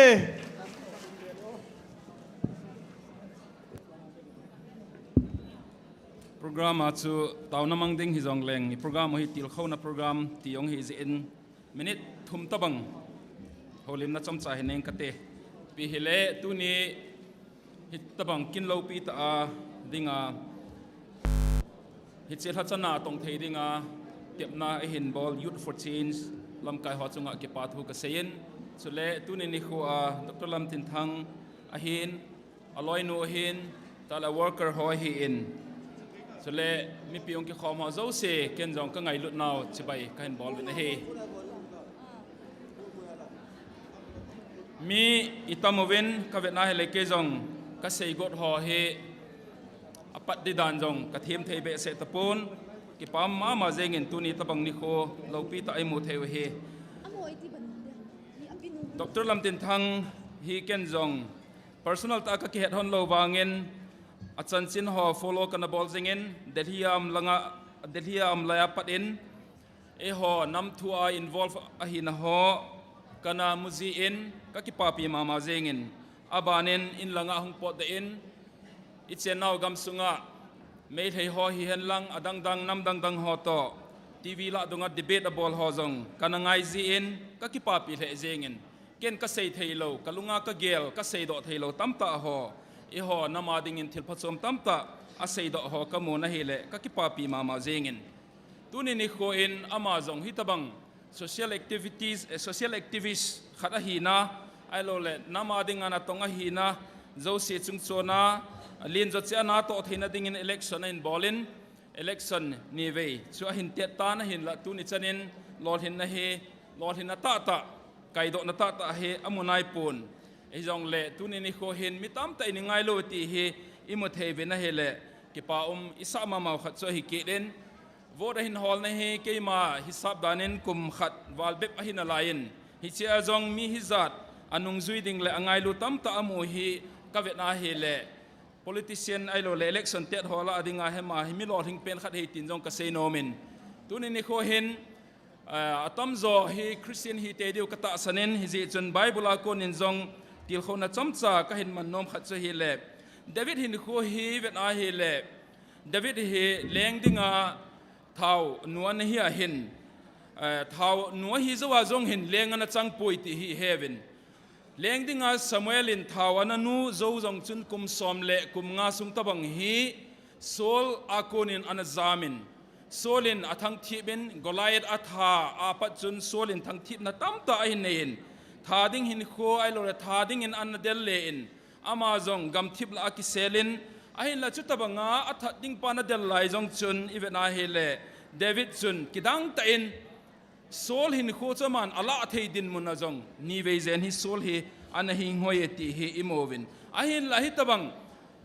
a thadinga adel lai pem hitabang kum som lenga azam sungjong hin ama lungneng tan hin kho anamang iti he imovin David he tunin ni kho hin Dr. Lamtinthang jong hitabang chun lam khat ai ngai tua hi le election hin te na ai lo le hitabang hin khon man ho hi phat sot ta tabanga ngai tu na umentin hi jong le hi chu hi zalova tuni aman jong tha alung tha ahin ken ki na nga hat ta panahin la namadinga na ahin tole ni khat le pathinin ama hin puite nan ti ti hi ikinep na wa hi in hitabanga sol hin sola ko na anazam do ai lo le anazam jing khonunga leng hung chang pa hin ipina bolam ti le leng hung chan nung hin la jong tampi na semin sam ade in hituni hin sam number khat ka hin sim do nomin chang khat se sam number som ni na chang sagi na hin hitin ki sunin mi abang bangin kang talai ho sakolte ho po ki sunna na ne yun ke howang pakai ipathinu mina kisung kahive tihin David in la na bolin thidinga zamna tampi na omin hi chi hola ajong chunaman kisun na detta khat anane ti hi imovin midang dang hon lengla lal ho in sakolte ho ailo le him na thalza chom chom ho ana kisun pi wangwin David in pakai pathin kisun na anane chu imovin he tunin youth for change ho kan pa chama mawin na thilbol ho campaign na bol ho gamsung siam phatna dia panala na te ho he kan ki pa pi the jengwen ahin la mabana jong hin I bol diu tam tam na lai ti hi su min lo diu kanomen tu ni hin alol hingdan in ki ngai to po hitin tu ni ami tam ta hung ji wa hi mo lol hin jong hi de po I bol diu tam ta abang khai tam ta am na lai ti hi se nom win azo a lam kai punan sei bang chun I bol phat diu tam ta ina naw tam ta ma hi ti hi tu ni na sumil po hitin hi chi holung thimar kengjing puma hi nei jing puma hi inam diu gel khona hi pathin sung puma panila jing diu hi tu ni en tepna ka hin nei no moven tu ni hen ki sei jeng han lang le no mo sa jong mai theu hin tu chungai hola election a kai do ho hi phungle chang him na thal sumle pai tha mang chalwa kai koi mam lo hi ti hi isu mi lo diu kanomen he hisi chun zon jong sei tawin Dr. Pun jong ama vot ho hi akil hi chil chat hi tia iseu chu ki pam ka sama ma jengin alol hingdanin kalain akil heng do ho sang ka ki pa pi hin tunin ni kho hin seiwal hi dam wang chu ka hepon a hin la tunia hi tabang lunggel ne ya society sim phatding no ma hung ho youth for change lam kai ho hin mi pi ho heaven hi thei han lang hi tabang phat khat hiung lung hen lang him le thal le sum le pai le ai lo le phung le changa ki heng do ho hi ki ho MLA hi pui ki tingap le ka ti chu ai la hi chi sei ding hi tu ni chana im nai lo hin hi tabanga ki heng do be ho hi ki ho MLA hi pui ti hin ki pom da yang han lang le acham lo ki khial nom de hin ai la tu nia hi ho he tam zo hi ki khial nai de wang wa chu a hat lang langa hi ki kai le le ki de wa hi tan hi chi lunggel jong he tha be na nei ki do hitin po na dum ma ma chu I sei tawin election ting le ino mu jong ki tha thei povin ken jong ka ta wa nga chu mi sei sei ka tai bovin a boi dan chu na hi chan chui chu oi boi naw hi ga mo hi hi ji chun tu ni hin anave phaki do hitin election system mi boldan ho government system di poiti ho banin I ho sunga system ho adin election I boldan ho hi nasata ai su de hi ngai ma hi ti hi tu ni sei do no maven election laya him na thali patwa mi hunama vote I sa abanovin akai do nung ki sana him na thal zanga celebrate bolum na lai chu katiza chu keiwang I cho hi igam sungwai nam sungwai ho la a hi tabanga akai do ho la azong ai lo le ki papi na pistol ki kam AK47 ki kap ki ti hi khununga itui chate hodinga itabang umchan I tho ham ti hi ngai tu ngai mama jeng ka sain hi ji chun tuni ni kho hin hichlai mun hi pon mundang danga jong I ho inamu I chen na ho hi tha be a youth for change so lam kaina a hi thildi lo ho zo se hi in su de deu kanom mama jengen tunin election ki chain government jong gang ta ang kisim ding din monin amtan IP hi le youth for change so lam kaina hi hen lang ta le Dr. Pujeng in jong igel diu mi pi hono idei diwa igel diwa no ka sa mama jeng tu din mona igel diwa no ka sa mama chu I ho dinga langkhan a chun I vai chawin sumle pai ingai chawin hausat na chu ingai chana ve a hi wangin khanto machal na sumle pai iti ho se hi I ho ni ngai cha do hi pui ti jong I su me lo de kan no hin hi je chun khanto machal na se hi ai lo le gamsunga development ho se hi lampi hoilo ho se hi boy people hitin I ho inam din mun jong hi elected representative ho hi in youth for change ho in he nasata a ihin boy piwa igam sungwa ki khial na di ta ang thunding hi dei sa na lenta kain phondo hintin tunin ni kho hin David in hitabanga mi ho in akiso now chu sakol ho kang talai ho sumle pai ho AK47 9mm ham ai lo le lam chom choma him na thal ho hi jong le ke ho wang pakai pathin mina kisung ka heweti hi Dr. Pun jong atha be a hi chi jong hi ahin CP jinga him le thal phung le chang sum le pai mang chalawa election han te na gal zona han chan te ding hi de sa na ka hin phung da in he tunin ni khon keima hatlo pen pakai lat sa hola dinga sim kham lo pen hi zong leng desa na ka chan te kelhonin tuni hin Dr. Pu Keiman pathin hinga tauna kain man pi nomin amale loi nu zong ai thia le chalanga hin chom cha pha chom cha hong ding do han hin lang Keiman tauna kain man pi de hin ten nang ho zo sin zong na lungil chevin alol hinding ama khoding aphat theiding nom ho zo sin lungil chen ama nia ding en tauna na hin man pin si devin kan temen he tauna anamang hite iza kai bol the hat chung nong hingjing kapau pathin nalung sit na nathil bol theina kidang ta nei mu sa wen tu ni khon jong thinglo ta le thasam ta a program na ki gong hi jong le chalai mona mi hi zat nei pui khom wa khala khat ki tilkhou to theiding le ala sam ho to sot theiding anang man hit tabang ni kho phat pha ho nei pi zalawin ka ke pa win ama sapen no koma ke pa tho ka se na he tu ni khon pakai phat chi sa tu habul langin election hichigam sunga kilhen na naumin hichi azong pakai mitampi in youth 14 ho lam kai na hi in ta le na that sate ho a hi hin ai lo lamun chom choma phat chom na ding khan to na ding ki khel na ding dei ho zo sin thil pha tam ta kana sevin a hin la ka sei ho tabang hin thil he na goi thung tapun hi zong le election ho ki chai tan tu ni hin ka so pi pau Dr. Pu zong election a hin kisim na hin thendo in anam ta hi zong le tu ni na khwa pakai ama ngai lu thei mi hi zat kom na lai zevin na koma ki pa tho ka se na he tu ni kho kin ki gona ko na hi aman zong lung tha tha tha ahin put ding hi ka kinep naw hin lung sit nang ma na ma jong ta sadam theina pin lang ain chen a khosa ain sung nang ma in phat theina bo a ha jo che a masanga na haina ho zo si achol agim na ho zo si a ko na pakai nang ma na tha be na su hat ki dingin na phat thei bo na ka thum pi kin na hi nang man chi na le hat na pin lang aki tho pi theding a pan pi theding mi phatchom nang man na pi jing din ko ma katawin akal so na chana nang man ki hon pi jing din katawin he masanga mi masa reno neighbor kitipain tauna naman na chun God grant me the serenity to accept the things I cannot change,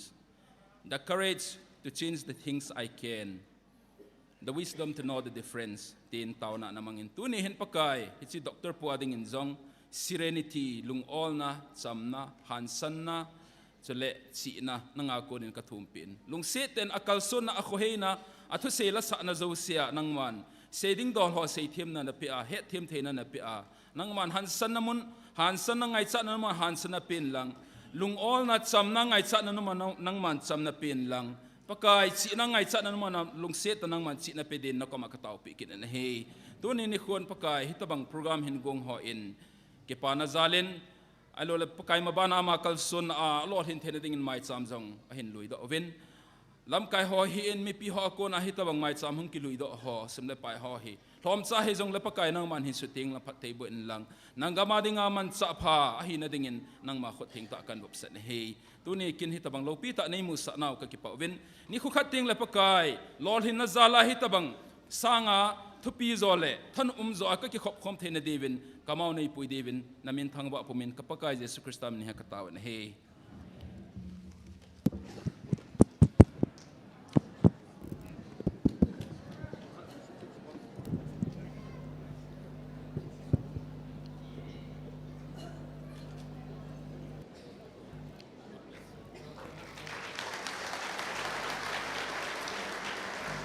kin lo pita himan piwa kin thimpa hong ponga pasar pasar ki pathu sevin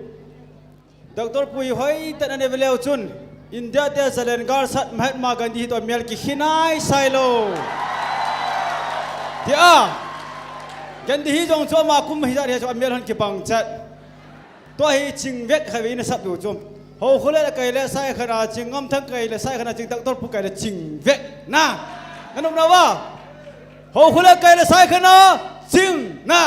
ngam thang kai le sai khana ching na Dr. Pu kai le ching vek ha khawi sam kiru dei Dr. Pu ching le ching vek ha tu hin azaba chun lungja ar ke sei khomin tu ni khoi Dr. Pu hi ki tho pinom mi atamin hichi boloding akitia jong le mi pia ko na pressure ha ji chun asar hon pon hin choi bin tin mi pila ani lo wang chu ka thei pu apin min in pi theu hin te thiang ta sei dinga chu election ki cheya chu ei ki yong le endol per se se me the chu ama yong tu ni chana pathin la aina hon ni sia ko mi be khalo he tu hin nunga merin pathima choi la khan sa pi bin tin a chu jo ding le phara ban cha doi tai an yong min di te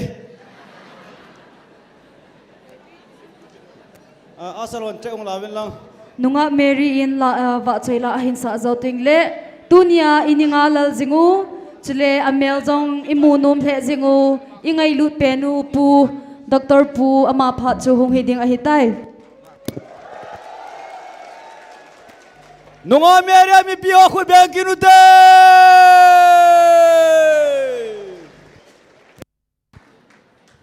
hala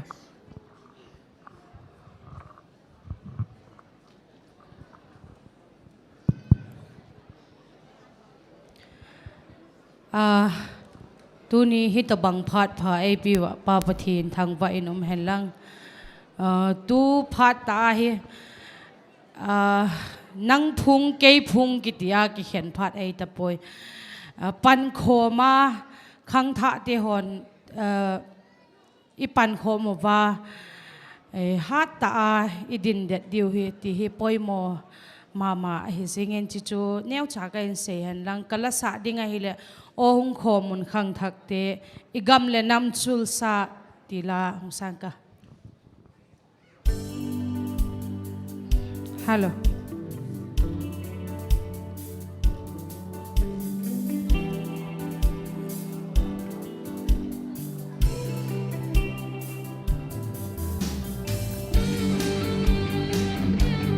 hot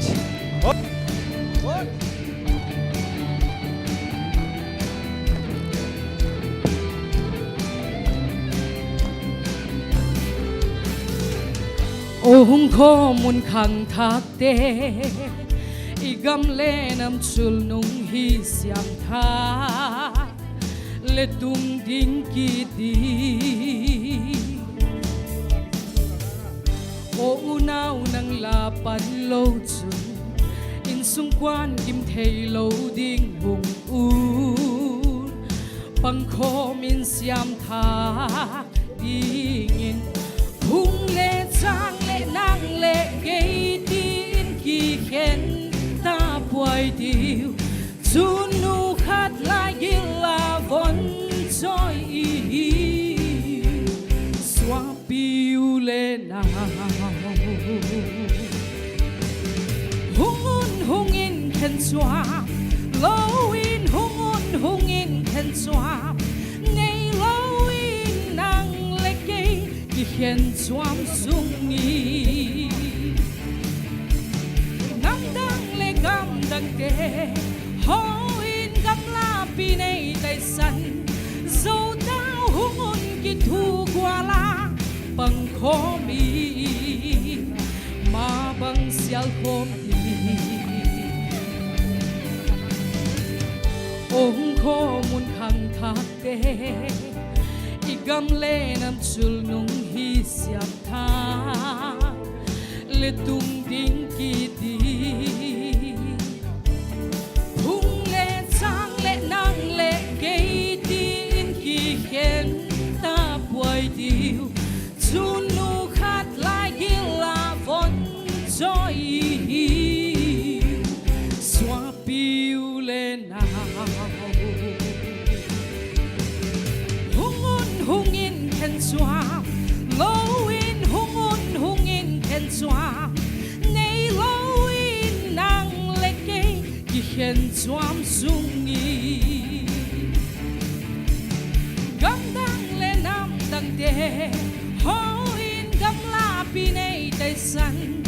zo tao hung ki thu qua la bằng khó mi mà bằng xiao khom ti lung gil la hin ngai tua no swa pi te ho inam khat to na din mani masyal na te hai san in inam adin sem le hi hun so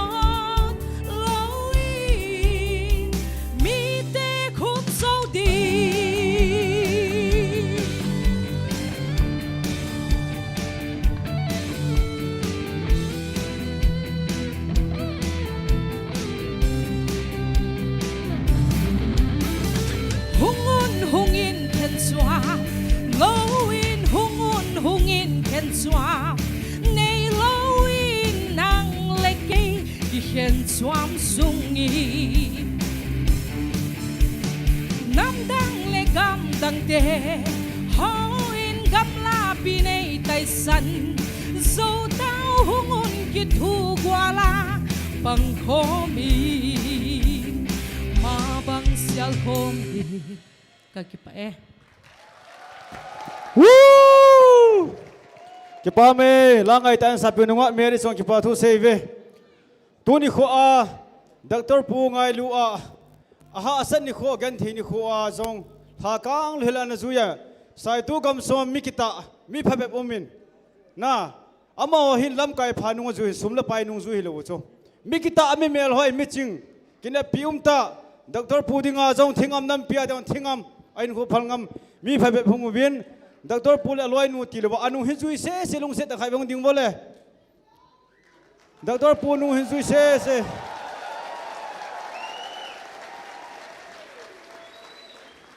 Pathen bo unten ha panan hong pandu he lu neo hi bin akit le Dr. Pu avei lang in te ong le kai sa du ta cho pam langa ho anu langa hon aza phapoi ti bin tu ni khoin Dr. Pu ngai lu hong ho hin pon hin ke choi no ma hin ke choi hai ti jong alo la ken jo ka ni kham ke thopi no me ti mi phabe je hin asal hon he chalai him pon ham do thi thian do bi cho chonon ke thopi na kham ne pi du hi Dr. Pu jong ak se la nom pon he jong la ki bol te te de he elung teng le a thau lo to ke bang a phe hom to na aban chal ke taw de le ki paumin tua Dr. Pu phat hong hi to kelhonin hong hi ding to kelhonin mi pi ho hi theya hi le closing prayer chan yum so ke ding vin ka hin ti min aji chu pu Dr. Pu Lamtinthang hi lal he jong le tu ni khwa hi chi program hong ki bol do no no pen chwe hi le koi hi le ama to lim ki la khom di ti he a chi ja chu ama jong lal he jong le stay sa ama jong dan ding koi ta bang lim ki la pinum om ma le aba nei chai ki tol diu iki chuwa lewa ki kha ki de he chi chu hin tin ipi hi le tun pu Lamtinthang ama pha chu anapitaw hi te khavei pu Dr. Pu lem na dingin ha beng beng ute Dr. Pu Dr. Pu Dam sor hen Dr. Pu Dam sor hen Dr. Pu Dam sor hen Dr. Pu Dam sor hen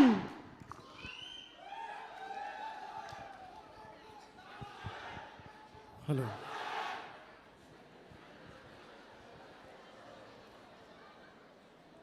Youth for? Youth for? Youth for? Nampi for?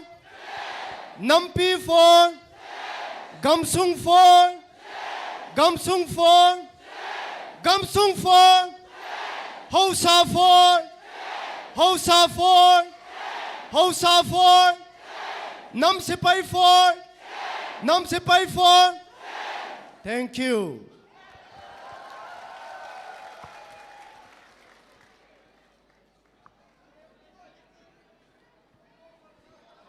Hầu sầu pa pi le pu nu le pa khang tha ka chan khom pi ho zo se nong ho zo se zalin pathin ka thang ve na chung chi wa ki pa thu kan sei ki ne hello lamka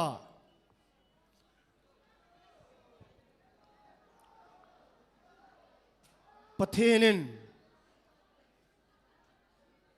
ki khel nawang hi inam sungung igam sungwa dinga ahin pemong mong tai ti tuni kamuchinin na bon chau chunga ki pathu kan sejin he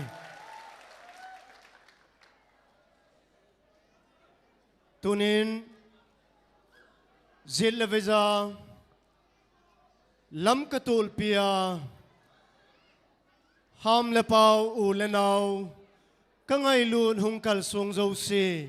na bon chau hi pathenin ki khel na dingin namang chatau hen Lamtinthang mukhalo ho zo si Lamtinthang chu si mite he bove a hi wangin Lamtinthang in kangai lun a chilaya umin kato ding hi chilaya ume ka ngai lu na chila yaw men ka to ding wang chila yaw me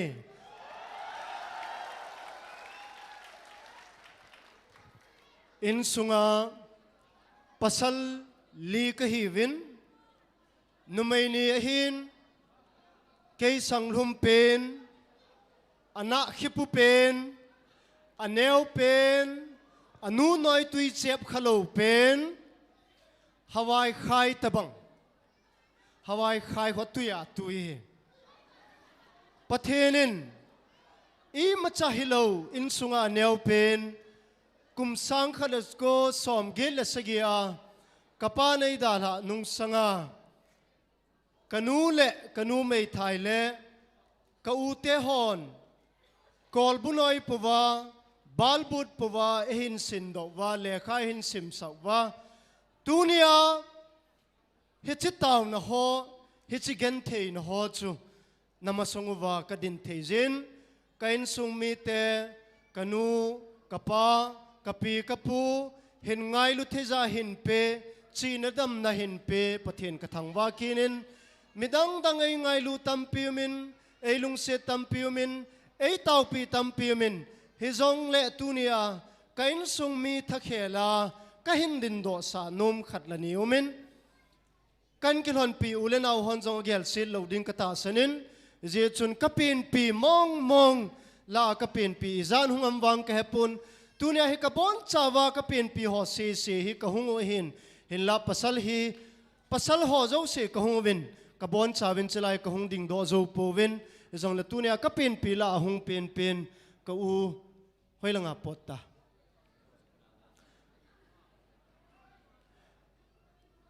ama hung tahi jong le kapin pi ka u pa loinu hung din pi la ki pa minte hung ding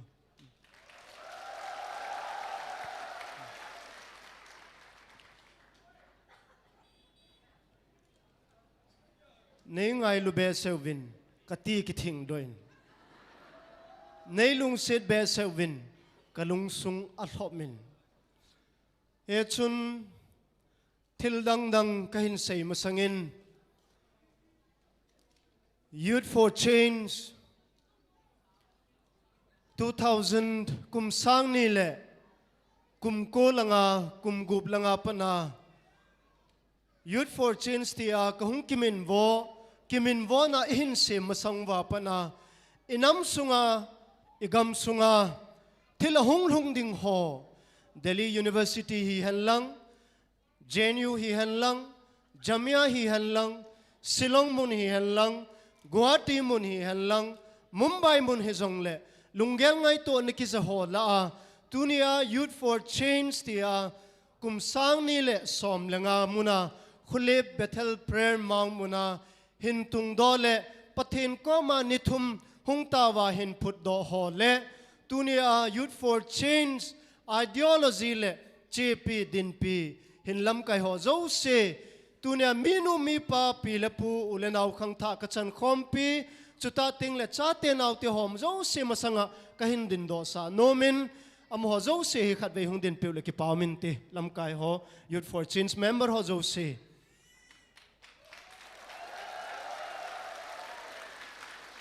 ki pa me to tau te abanin sai tua hin Youth for Change ho in ki khel na hi po do ding ti hi lunggel hung hin mun tin zo sia chu ki bol thailo ki tong do thailo ki sado thailo hi je in sai tua hin pathin ko ma tau pumin ki khel na wang hi sai tua hi ipat diu hi ti hi jin ka hung ki panun ihin panun hitokil hon chun vision sai tu tin hung ki sem kinin he chun tunin jong lam ka tol pia ulenau pilapu nule pa khang tha ka chan khom pi ho zo sin Youth for Change ki thopi ding le hin to sot dinga jong sai tu akona vision sai tu tin na to khang tha ho ka hin sem kinun free and fair election na dingin motor rally ki bolin pathin koma pathin la cho ho to zaw na in mai cham ki semin fasting and ngol taw na ki mangin chuta ting le pathin la cho ho zo sin igam sunguwa ki khel na dinga mi pi thanei na mi pi na akil hending mi pi lam kai ding chu mi pi na akil hending hiti lunggel ngai tu na pathin la cho ha kun in jong ni ki gongin hi cho ho zo sia hin mo pu nau te ho phebe pi jong ka hin kil hon pi in ama ho zo se jong vision side 2 ama ho lam kai hen lang member ho zo se jong le lung se tai hung din do pi ki ding ovin ka hin ti mi ne hi vision side to hung ding do vo hung ding ta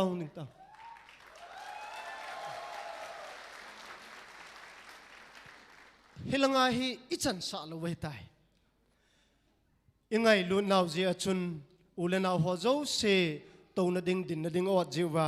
mi lam kai dom khatlani hung ding do hin mo chung ke pa thu kan sejin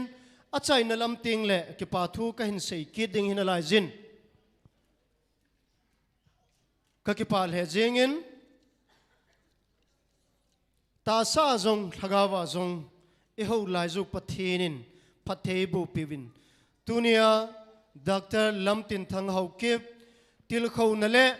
Maicham Sempehna ahin gonga chu Dr. Lamtinthang Haokip fans and supporter CCPUR no ho zo se jong lung se ta khat vei ne hun din pi divin ka hin ti min he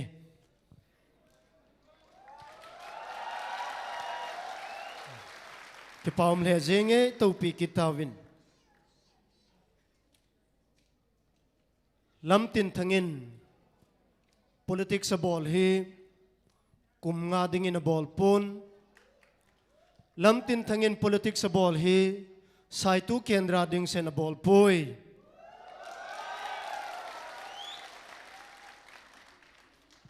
Youth for Change in a kidoi chu inam sunga ki khel ding i data ziun mi vet ton the hi angai je tunin Youth for Change hole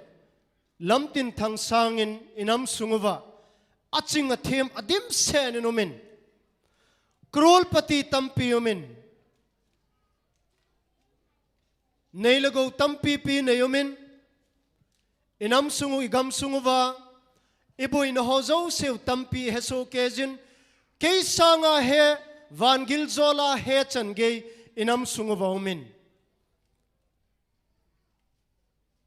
iboi na hozo seu jong itisu hap damti ibon cheke yovin heovin koi ma ki pando ngap champoi ipizin azi het su ke zu hi hizi chun mei thai nuin ahin sin do tuni chan ge ya jong in chen ding ki sim do lo pain pile pu nu le pa ngai luna pathin ko ma hin taw naw chu tunia namasang wa hong ding do pa hin kum tampi le kha thim zil na hin nei za ko na hi ahin sim do ho hi thil se sim do pun ahin sim do ho hi minu mi pa noi si na ding sim do pun ahin sim do ho hi pile pu noi si na ding sim do pun ahin sim do ho hi gam na go zu mang na ding sim do pun ahin sim do ho hi inam sungwa nam na tong ho sei se na ding le noi si na ding sim do pun ahin sim do ho hi nam sunga ho sapi pu ho noi si na ding in a sim do pun ahin sim do ho hi khununga hung khang len ding ho ama khodiu suno pha ding in le kha hin sim pun tunia Lamtinthang in hin sim do hi khununga inam sungule igam sungule tunia itu I cha teo igen the pi holding makhoding bo asim do hi ti ka sei do no mine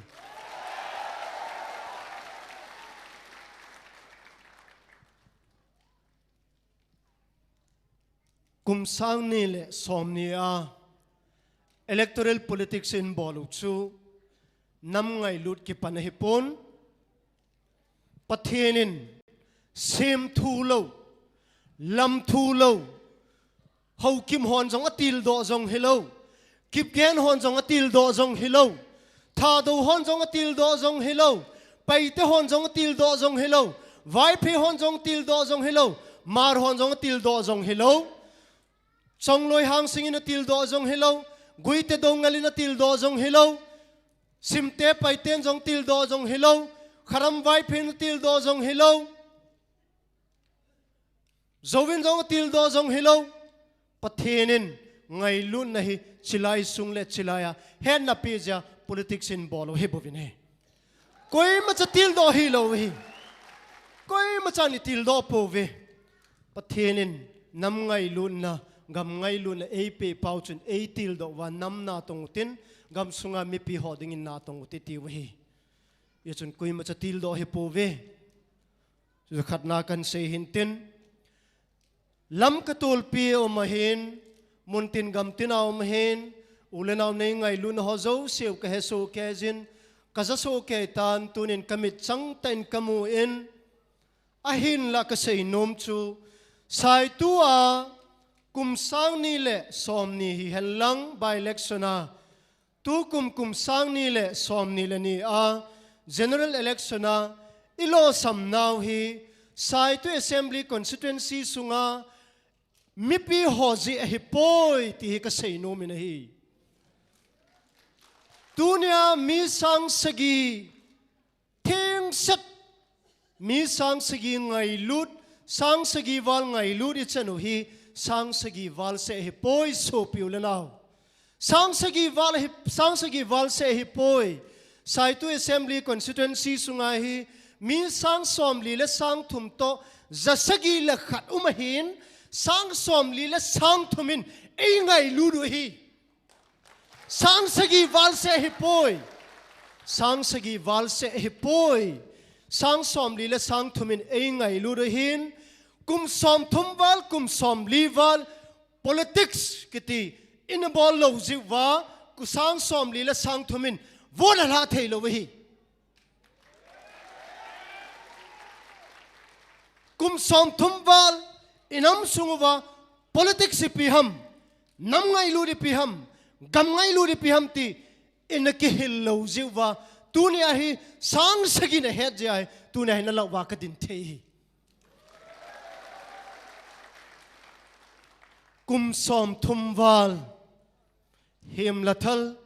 phung le chang sum le pai za chu ihung ki vai homu mi pi theleng ding ihung kilhen dan ovin seidovin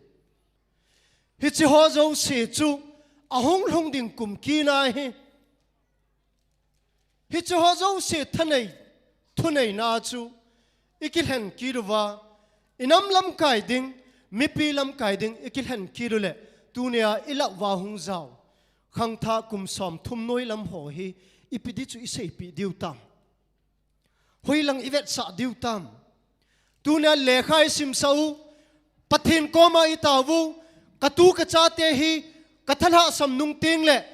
kain sunga dingin ISIP sung hian lang khusung hin ngai lu hen lang gam sung hin ngai lu hen lang mi pha hung hi hen lang mi chim hung hian lang nam sunga lam kai hung hi hen lang kadingu wa thil pha hin bol hen lang mi man luta hung hian iti wa hin tunia khang tha tam ta mi man luta inei ho chu phadi pe phei lo vai le tau jong tau da tau te lekha jong sim sa daw te ka ti minu mi po ki geluvin icha teu min dinga jingka nilha a itaw naw chung chuna ul salonga sumi holwa pai holwa sil cheni sin piwa nela chai su to piwa skuli kai sawa them jilele inei sawa lekha hin sim dowa ahin heduwa ahin jil do hau chu man cha ding hiting le chapang kithimin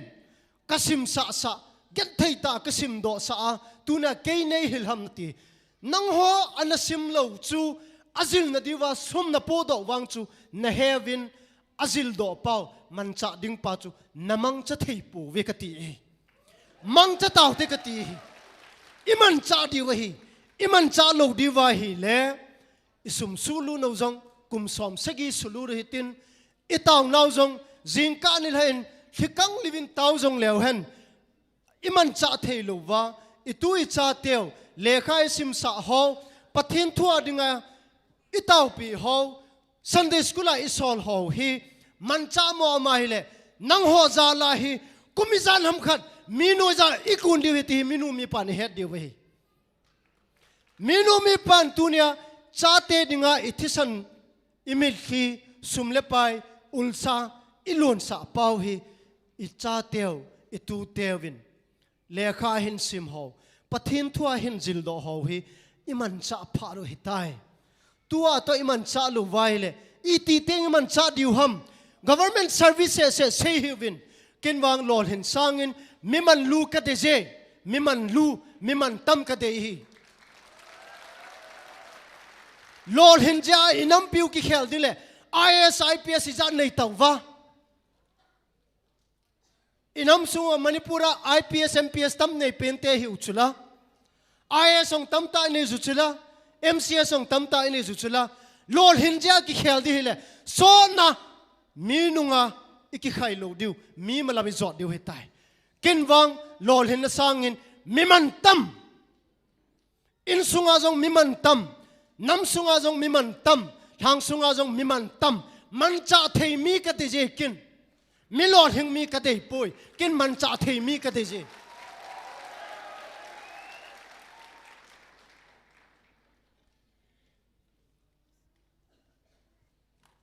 ka seitan kamit hi so jin ka kap jin zo ting le MLA ikai lung manawa kamal hi so nei ge lu nate ai nai sai pui kamit hi so hi sang sagin ei ngai lut alon hin lel ja mit hi so ka hi pui sai to assembly constituency apana MLA pa ka kiti lo ja kamit hi so hi pui nu te pa te pi le pu khang tha ka san khom pi ho kaponat khadum hi kin lit na ding lal na dingin electoral politics ka bol poi kin inchen kisim na dingin politics ka bol poi ima khoding wa ka bol he ima khoding wa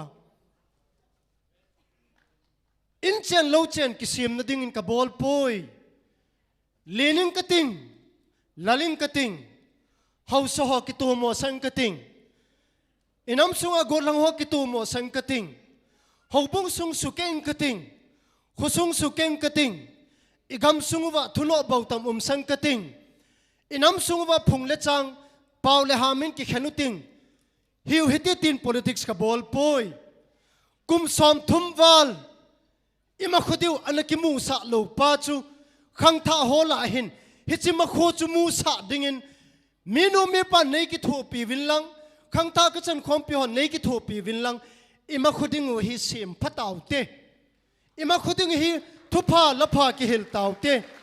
ima khuding hi thuta ki hil taw te ima khuding hi thupa ki hil taw te ima khuding hi sim phataw te ka ti hi aje chu wanoi le set khang to tan anachi sanga tunia hi huila go jong tam ta hung kinung ding hi gopi hung zuding hi ke hung khiding hi ling hung ki hot ding hi tunia sanga van hung thim ding hi tunia sanga khuzong hung wa ding hi tunia sanga china thim na jong hung sang ding hi tunia sanga mihem lai tet gol se na jong hung sang ding hi hi chu ho zo se chu ikimai tu thei na dingun tunia khang tha ho ma khuding hi sim tauti tunin sana dang kain in sung zempa hitin sana dang kain ki zempa zong le hen ilei to la min e atha thei le ilei to la min thu nei thei le inam khan khu inam din mun inamin idelu gam idelu hi hoilai ta chu idel diu ham hausa iki chat sauwa minu mi pa iki chat sauwa pile pu lung sen nei thelo wa khang tha ho lung sen nei thelo wa itil khou thelo wa election sile kitha ki mani bolu wa kigi nei bolu wa sumle pa ai bol tingule hiti chun inam sungwa khang tha ho hi thilpa hin jil do mang nan ten itiu ham azil do lo hil ding hi pungle chang i boluvin langkhar ki kom to theipon ucha ki ka jong iki kom to theipovin hi chi ho ta bang chu ham inam ngai lut naw tunin mi tam tain min ai su gan thei ting le ilungu hangin itisanu phulin mini su sevin lampi su sevin hoi lang langa mi to kidalovin thalikabuvin mi to kinavin hichi su nam ngai lu hilawahi nam ngai lu le chu lung themam talo hi chu nam ngai lu le chu ho ngai lu de hi koi machan lung themang lam ngai lu ta lo hi tu hai chi kite na het kite na lu kite na hitan koi machan thal le hem dama nam ngai lu kite na hitapoi il ho nam ngai lu ding hi il ho nam ngai lu phari il ho gam sung ngai lu phari lampi sim ding hi kum som thum som li nam na hin tongwin wang se ka kisa in i chan giza nam na tong hon hoila ei hut diu ham wang ama hon hen tin ken wan sei pung kati tu ni ama khwa ai sei diu pen hi che ka sei no me ne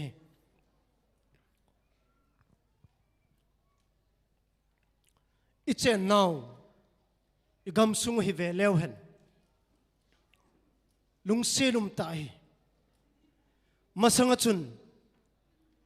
minung idalo hin tu chan ge hin tunia to minu mi paho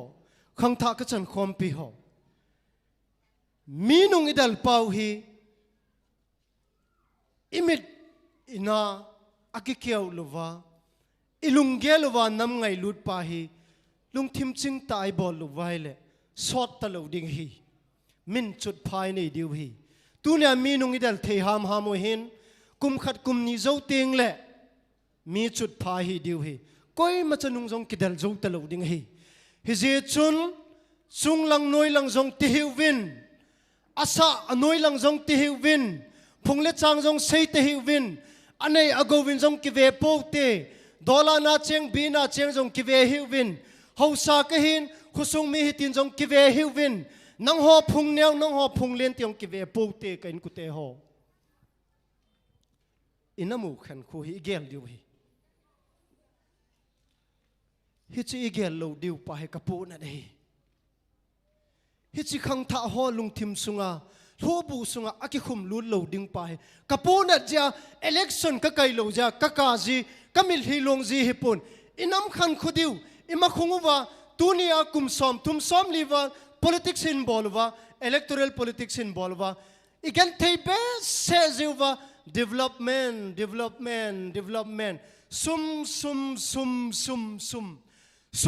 sum iti jiwa igam sunga in chikhat jong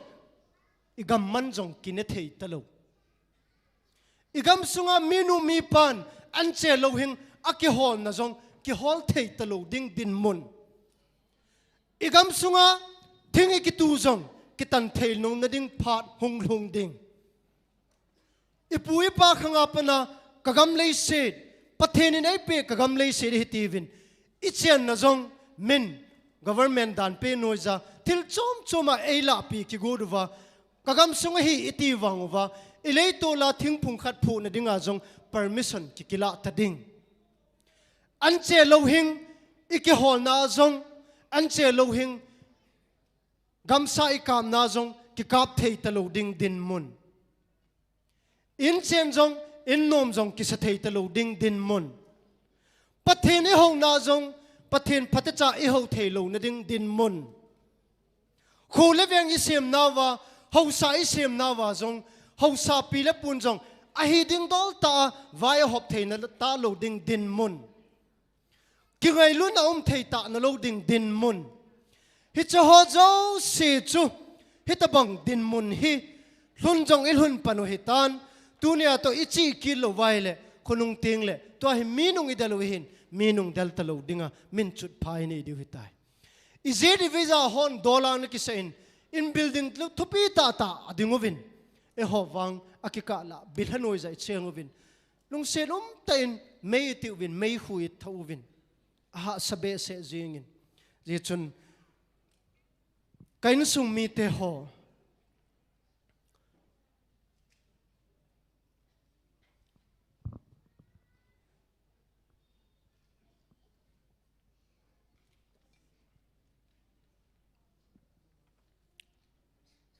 nam sunga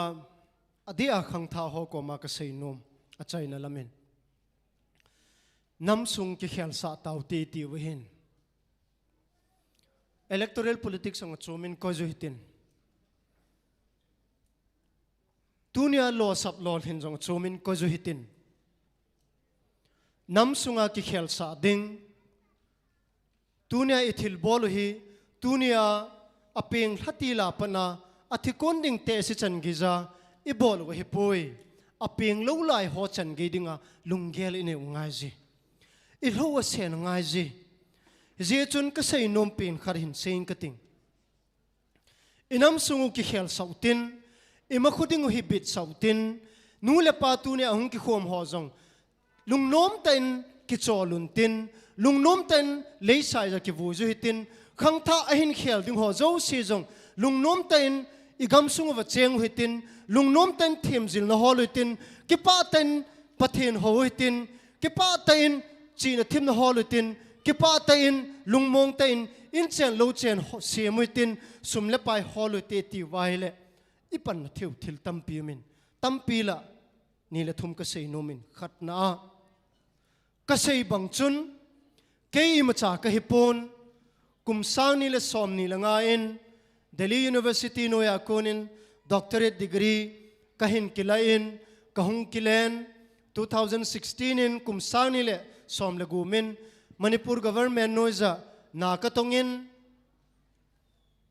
2000 kum sang ni le som ni in kadal ha in kum thum le thasagi government na to kabol jovin kadal ha in ipije akabol ham ipidoi la tuma kabol ham kahin sunga jong kathil bol ho hi kamu ding in jong kin kata san pun kin kale mu ding in jong thil ka bol poi kathi zo pathenin hin khu khat ei pi sunga hi thil pha boling kati hi je chun hi chi thil pha bol ne ding a chun thil nimli constituency sunga ulenaw ko ma kahin sei pen chu thil liumai ki khel na ta be po do thein de win thil liumai khat na chu kita na ngai lut na ali chan na le achai na chu khunung ding mu saw na tunia sai tu assembly constituency sunga electoral politics sung ki boli hichi lia chu thilhung ki bol hin hichi li chu aga hung su te te de hi hi chun kangai lut so piulenaw te ho pile pu te ho nang ho zo si chung chu na khang tha ka chan khom pi ho inam sungwa ki khel na ding idei mong mong wa inam sungwa hin tunia kum som tum kum som li noilam ho hi gen the hin tho te hiu hen pungle changa ki bung khen no ho hi da ta hen chunglang noilang ki khen no ho da ta hen iti wai lawang thil khanome ngai lu na ta nei ngai jin tho ha ngai jin ki ngai dam na ngai jin achai na pen pena khulung chan ge ding imu lo wai le tunia ding an namu le wang chun na tho zo lo ding hi tunia ding namu le wang chun na ngai lu nai thasam ding hi tunia ding se namu ai le nakita na chu ni thum jong adai lo ding hi je chun ithil bol hi tunia ke ka hin sunga aga kamu dinga ka bol hi poi pathenin pha sa le aga imu jong le aphai a hi wangin ingai lu nau pa ito nau pa ithil bol pau ithu sei pau hi tunia ke ka hin sunga dinga ka bol hi poi tunia ke ka thi zo ting le thil pha hung lung hen tia i bol hi achai na lam mong mongin politics ka bol hi MLA kai na ding se hi poi ke sanga Lamtinthang sanga anei lo pen pa avai cha pen pa helna zong thasam pen pa ta sa zong kui ma ki zo lo pen pa ama sanga khunung ting le inam sungu igam sung wa ding hin mu be che hin ngai lu be che hin ta san thei be che khununga dinga lam kai pha am dingai hele a hin to son thei ding khunung ting le gam sung Lamtinthang sanga ahin ngai lu ding au mai hi le hin sim thei ding khunung ting le Lamtinthang alha sam nung ting le ama sanga china thimna hin nei be che ding ama sanga pathen hin hepe che ding ama sanga apila pu hin za thei ding ama sanga anu pa hin za be se cha thei ding ama sanga khangdong ho ma khuding hin gel thei ding ama sanga thupa lapa hin sei be thei che ding ama sanga ahong long dinga ahin gel be thei che ding au mai hele hi choyo siang chu Lamtinthang in asim no ma hi Lamtinthang hi MLA ding se sa electoral politics sai bol hi poi tiang chu ka hin phon do no mine ji chun nei ngai lu naw ki dangin nei lung se naw ki dangin tunia nong ho zo se hi pathenin hin khukhat ei pe hin khukhat ei pe sungwa thil phabol na dinga bo hin khu ki phal do ka hin kathisan vat khat lai sia igam sungule khang tha ho ima khu wa dinga hi kathisan vat khat lai sia ka to ding ka sei ding ka thi ka lai cha chen ge ya inam sung wa ding igam sung wa ding ati dia apeng lo lai ho chen ge dinga khang tha dinga ka hin khu he ka pe do de ti ka sei no mi nei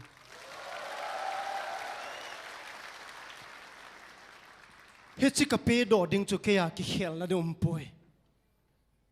hichi ka pe do pa chu no ho zo se a ku na hi tha na hung ding he bovi hichi ka pe do ku na no ho zo se hi han san na hum ding hi tu ne ka sei do ho zo se nang ho ja ka sei do the nang ho ja ka ngam hi nang ho ja ka hung din do the nang ho ja khulung ting jong le nai to di hi tu na ne ngai lun ho zo si pathenin thiliza kai aum sa lamang the aum lo lai koi the pathenin no ho zo si namuwa na het so ke zo nalung thima mu na gelu na sei do the lo ho zo si tu ne pathenin na het pi wahi e het pi wahi tu ne hung ki khom khom ho zo si zalin pathenin igam sunguwa ki ngai lun na ki lung sen na ki ngai dam na thakhat na ki pum khat na malama imakho diu igam sungu inam sungwa dingin pathe bo pi taw hen ka ki pa elam ka hozok sin na pathen pathe na bo taw hen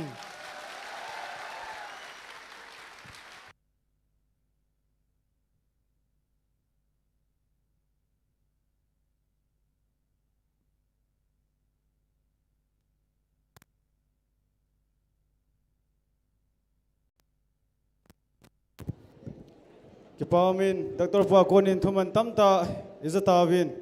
nalungu chimna to sei do yo se cho ato chi ho ki pa du ta chu yo hi election a boy ho hi lo pu nam pia boy hi win tinna ya se tu ni khwa thuman tamta CCPUR Dr. Pu pathin pathei bu in tin nang zala inam sungu hi kile do na hum theding hi kinga lal hi e lam kai phani ki ngai sa tu ni khum pathin e pitawin phatte a to he asei alungel atu ho he hon jo isui pi dio egam sunga ki khial na hui hin sa dio hetai tu hina banana sal kin tele ki pau min tu hin singa thang sei hoi ti pi ham chi singa thang hoi veng youth club te in pha chom chakhat ka nei nu movin tivin na pha no hum kila pe le chu ki pau min te hi chi zo ting le tu nia condolence paisa ki dong do chu amount zat ka hin phon do hon de he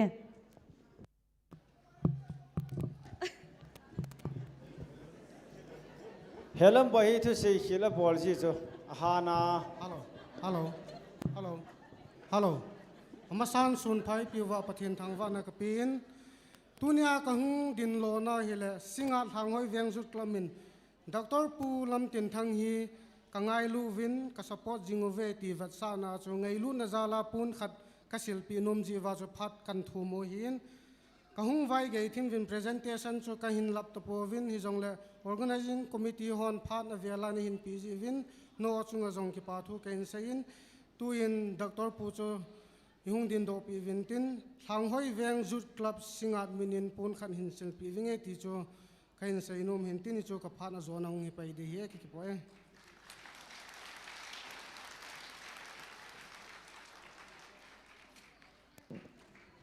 ki pau min api num benalizing Dr. Pu ngai lu hi itam mama zinguvin pathin thangba inum han kahin sei khilin lusit ta in mi pizo sen nei na ngai thinguvin lang ya dunia paisa hong ki dong do chu total amount hi 76,260 ahi sang som sagi le sang gup le jani le som gup chiza chu idong do vin dunia paisa hong ki dong hi pulam ten thang ngai lu zala hin donu hi in dunia cheng som pi jong chenga pi jong somni pi jong zakhat pi jong sangkhat pi jong abon chakeya atam chum athom chum ompon abon chakeya akibang charahi hiji chun lung sitai khave ki pamanin pu doctor puwa dingi khave khat ha beng beng ki dute pi do na henai pe pe ving katin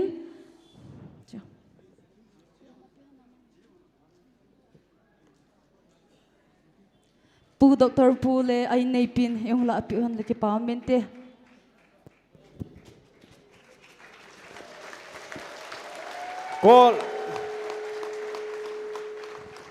kol lang sum hi le dunia panahi mi pi zo sin na mit hi kathi naw hin dunia panahi na hi so taloding lunglin ta pan na la jing ding akit ting le ikai te na ding wa hi chiung ki bol hin nang jong lunglin ta na pan jing ding ka hin ti me jong amin di tan ipi hila tu in pu ngomboy bai te phat mong ding ken ko ve a chi zo te la kon sa ke pan dai tai nang la ke sillo ke la ke sillo ama sapenin tuni pathen ni hi to kelhonin phat hoi phat phai pewa pa pathen thangwa hote ama organizing committee ho chung ding do tawin azoin achungwa mi pi ho zo sen tuni hi hin gong do ho chunga avelin ke pa thu saiven he tuni mam ni hi ji chun hovin kainom long itam diu ja chu helanga kon da ho chu kan no themai tain hovin kainom long tam ta im diu kata sanin kin jong tam ta ka sai no ma hin he jong le he sela cho ke khat bo kan sai de he chukil le tuni program lo hin theina dingin pan hin la organizing committee hon ke thopia helai VENGNOM ho sapi ama jong pachana na sata piu to kilhonin khat ve khut ga be piu te ma hung ding do le ke pamin te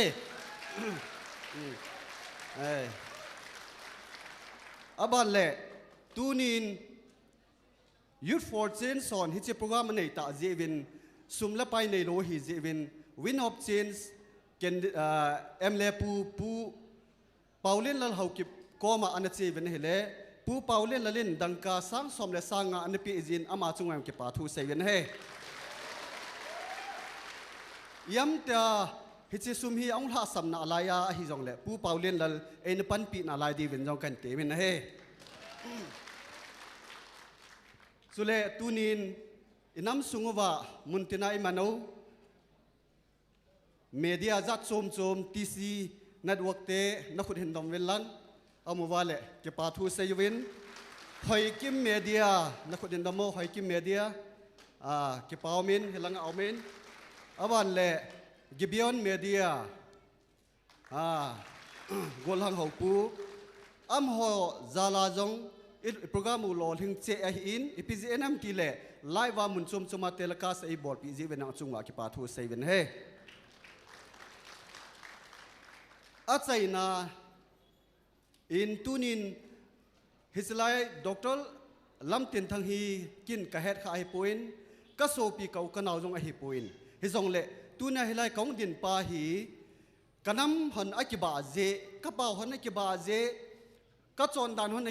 akiba je ka hung din a hi in hi cheta banga hilaya atam zo zo se a so pi a hi je hung hilovin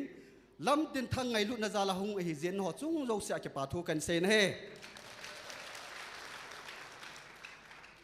hauna tam pi sangin min phat kelhan zo de hin min phat sana le dang ka sanga mi lung thain aum hi aphazoi เพราะว่าบุ้งสมนี่ละนี่ลายจุนจิจุไอใส่ปีวินตูนี่หินเฮลายห้องกิคอมหอฮีหลังคารากะเกลายแหละตั้มกษมามันเฮาสปีก็มาเฮลายโฮลักษาดอกลาฮีเฮเจตบังโปรแกรมมีตั้มนาข้ามกะติเลอัมขปุยอัมสเปนายติเจนนอสงาเกปาทุกเซนเฮอาบันเล่กินตั้มกษวาลินตูนินเพอานมตาตัวอัตบกงอัตตัวนั้นกินไงตัวมีตั้มตานะลุงลุตาทุ่งไงฮออดีตน้ำหมอจุงไงเก็บปาทุ่งเซเว่นเฮเจลังฮอหินเจลังฮอลายฮอฮิวินไอ้เล่เจลังกิขอมอฮีเกจุนอังอลทิมขัดฮิเวเอพิอาลำตินทางจูเอ็มเลยยองไกลว่ามีจัดหงหัมติจูกับลุงทิมเอาเงินเฮไอ้หินละอมอฮีอังอลฮิโลวิน democracy ฮี 16th President of USA Abraham Lincoln in democracy definition as in Achun government of the people for the people and by the people atin tunin mi pi hizat hi democracy mi pi vai hom na mass movement bol thei dinga na hung ji na chunga avelin ki pa thu kan sei ne tunin akai do ho chu gun power money power ai lo le za chom chom mang nan te hi jong le ama hi mi pin a het them lo la ya kai lo la he ta inom sa divin kan te men he chukin le tunin hislai hung ho zo se hi angai lu am ho bo se hi point a hung lo mi tam ta oma he chochan pula e bolu yong le che sanga mi tam na lai ding mun chuma suna bol jong lo han tam ding saikula ki bol jong le tam ding kangpo pe ki bol jong le tam ding ai lo wale in first sunga me la bol jong le tam ding ka ta sanen he epizena metile hecha hu ho chu mit le lo nga ai lo le tauna na panga ai lo le sumla pai neu cha cha na pan na pa chu tunin mi pin athanei na pa hi a ke tai ti ka phochui ne na he ye chu ni society sungwa zam chom choma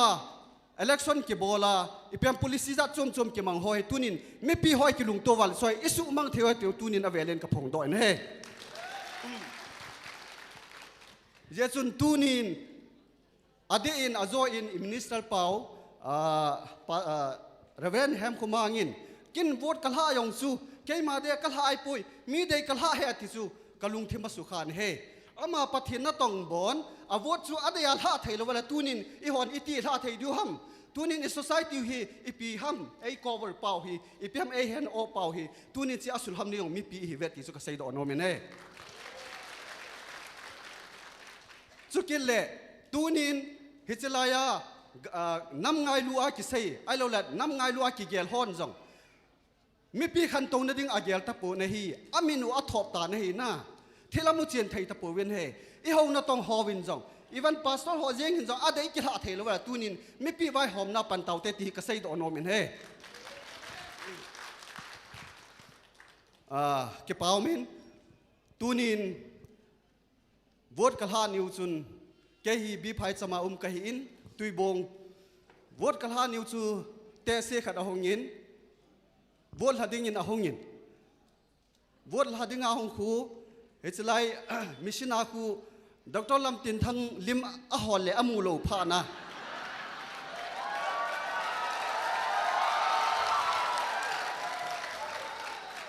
presiding officer koma Dr. Lamtinthang lim am poi ta complain about he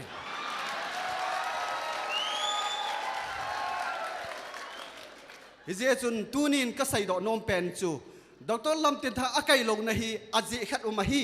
hiche aji chu piham ta le tunin sai tu hon dei hi jong le anam chan khom pi zo sen adei ji hin manipula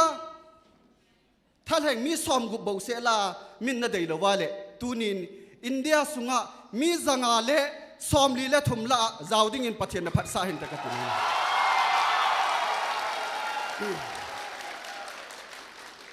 Yesun tunin win of change ka hapoi vision for side 2 ka hapoi athain ki gelu hitin I ho ichina pa hui di lo ham direction jo I khelo wa tunin manpula mi som gubla hilovin India vai hom la mi zanga le som li la thum la zaw taw te ti ka sai do no men he Yesun tunin mun zo se a akap amau dim set มีสับเสนาดิมเศษบองซ้อมเลนินนะวัวซาซ้อมเลนินนะโดนนรกข้าหันตีอุ้มไม่ตายฮิซงเล่ฮิซโฮเจ้าเสียงจูอันไงลุดจีเอฮิจีเอ็นอันนี้ข้านั้นนุ่มว่ายองเล่นั่งไงดำเดียวกันตาเวนเฮลำกันลังฮอนวังกะหาเนี่ยข้าปูเวอารมณ์ดีเขาจะเนี่ยข้าหินเตเจจุนตูนินสุพิวและนาวเตโฮอีสังคมว่าเจนสมไทยนดิ่งหินตูนินหมอกิเขียนมาสาวหิเตแกลนิซิมพุ่งทุใส่ตะปูหิเตนะไอ้หลวดจามทุใส่ตะปูหิเตตูนินดรลำตินทังเฮาคิดว่าฮิจะตูนินกะหงไอหิปุ่นเฮนะฮิเจจุนฮิสตาบังงาอ่างไงลูฮอดิ่งจงหินรูมเปียวหิเตนมุนเปียวหิตินอีบอนุนลุงขัดอินไว้ก้นคอมเต่าเตติฮีอาศัยนากระเสนอมเฮก็จะไปKepa amen.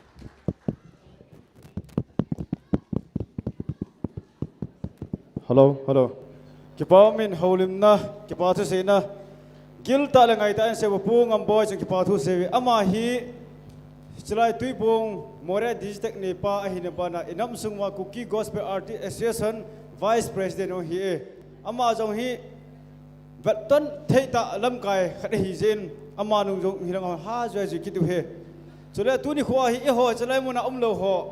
wanoi le sena kukisa te jo sen avat thedinga he live telecast HOIKIM media ni bol pe luset den pa magun le aloi ho luset khai bung ting te dibo jingkal lapana to tan sum sikita ling lowa free able pe o hizin ki pa thui seve chunga chule tu ni khwa he doctor pu ngai lu na zala he India gam sung hello parmala ku na mitam ta hung hin agela lungsen mam he parmala ku na zo hung hivin ami pitam ja he kimulo hina he jong le ata ta he parmala ku na wo cho na khunin tu ti wo hung piang ti ni wo la kha ve ki pa piu te doctor pu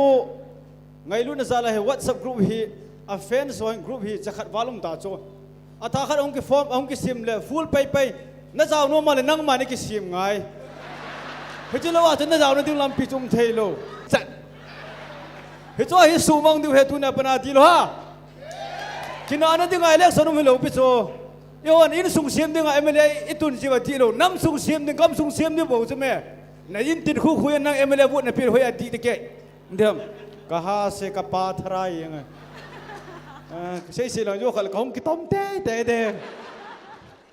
ka kil to hele isan jukan se khil mal ki ngai da mute ipi hele to hi closing prayer an hi de hi tain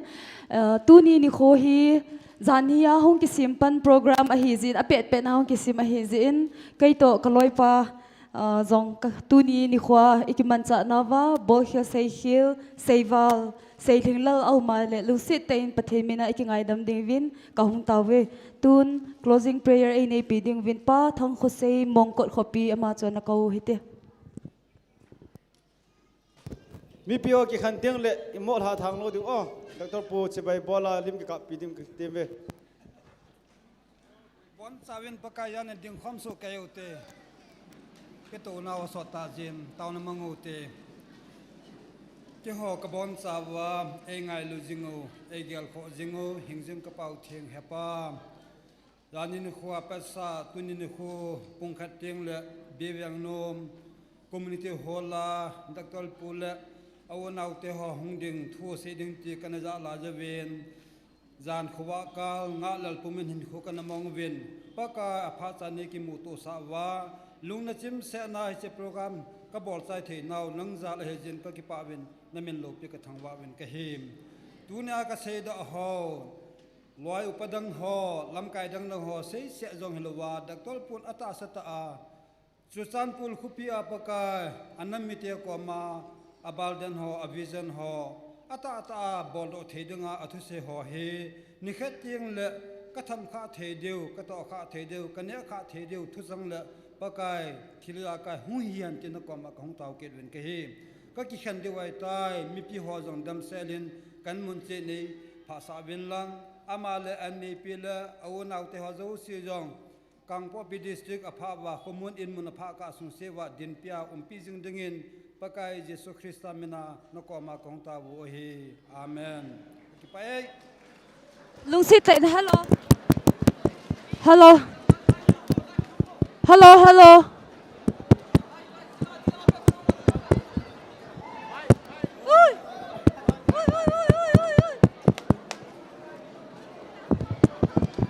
hello mi pi ho lung sit tay in anakum ta diwo aban banin cha asar ho lung sit tay mi pi ho hi anui langa no do sol ha on lang lung sit tay in neo khat space pi do mu te lung sit tay in space pi do mu te ibon cha ke wa I chan so ke diu he ibon cha ke wa I chan so ke diu he space pi u te lung sit tay penalty area goal से 16.5 बोलने से सब होगा Your life in 3 words. Boring. chibei bolsa ho lung sit tay in lang khana hin chi do pe ding in ikite mu ve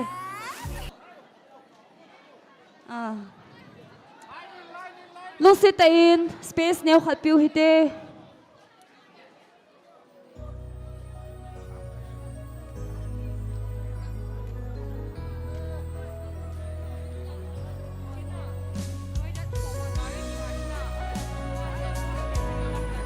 chile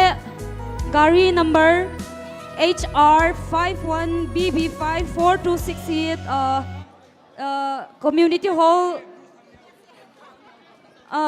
washroom langa kinga hin hichi akitol do lawa hele gari tampi a block dingin ahum zein lungsit tain hichi gari nei pan ahang tol do dingin ikitemu ve HR 51BB5426 hichi lungsit tain tol do lew hen ki pau mente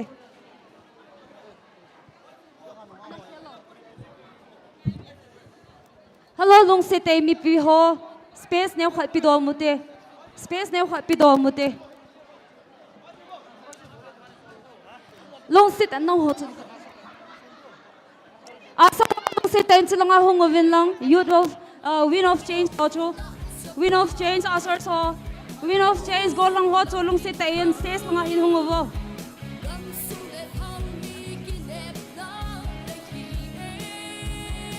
win of change go lang ho chu lungsit tain stage langa hongowo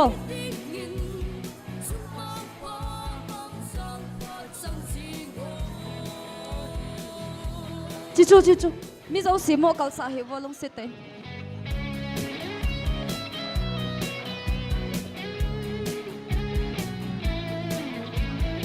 pula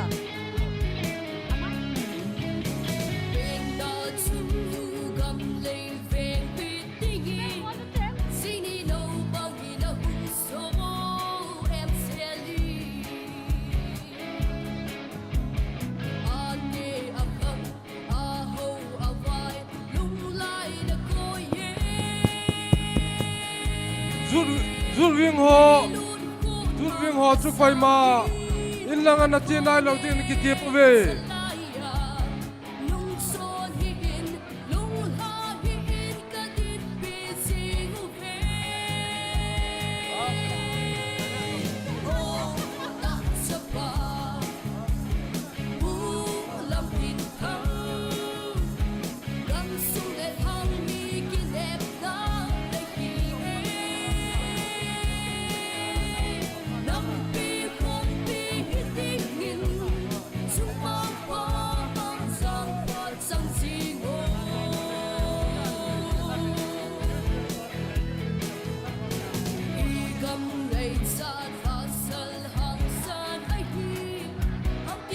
Dr. Pu fans nunga go lang ho azole hall arrange shit ho hi hall arrangement hi in a ball ding din ikitiemo be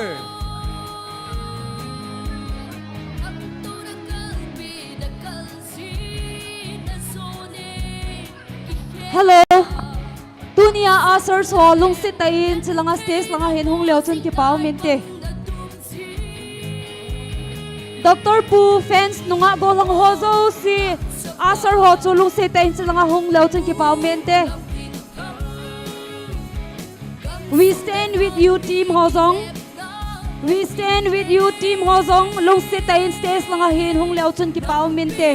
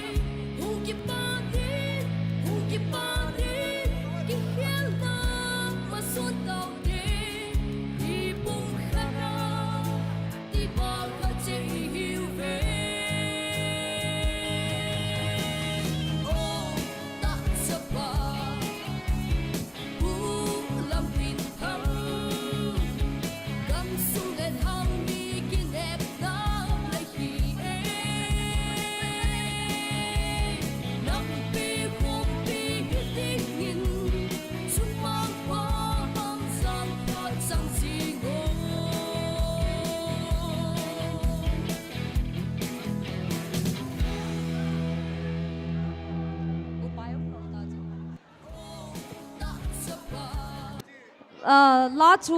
off zing over long sit tain lá chu off zing ute lá chu off zing ute Google से बोलिए aki chai lung sit tain kum tha thu vo aki chai lung sit tain kum tha thu vo lim ki kap sa ho lung sit tain kum tha thu vo lung sit tain we stand with you ho lung sit tain ama space hoi tain hen khat ubin lang ama zong lal de hi ze lung sit tain space ne khat piu hi te space ne khat piu hi te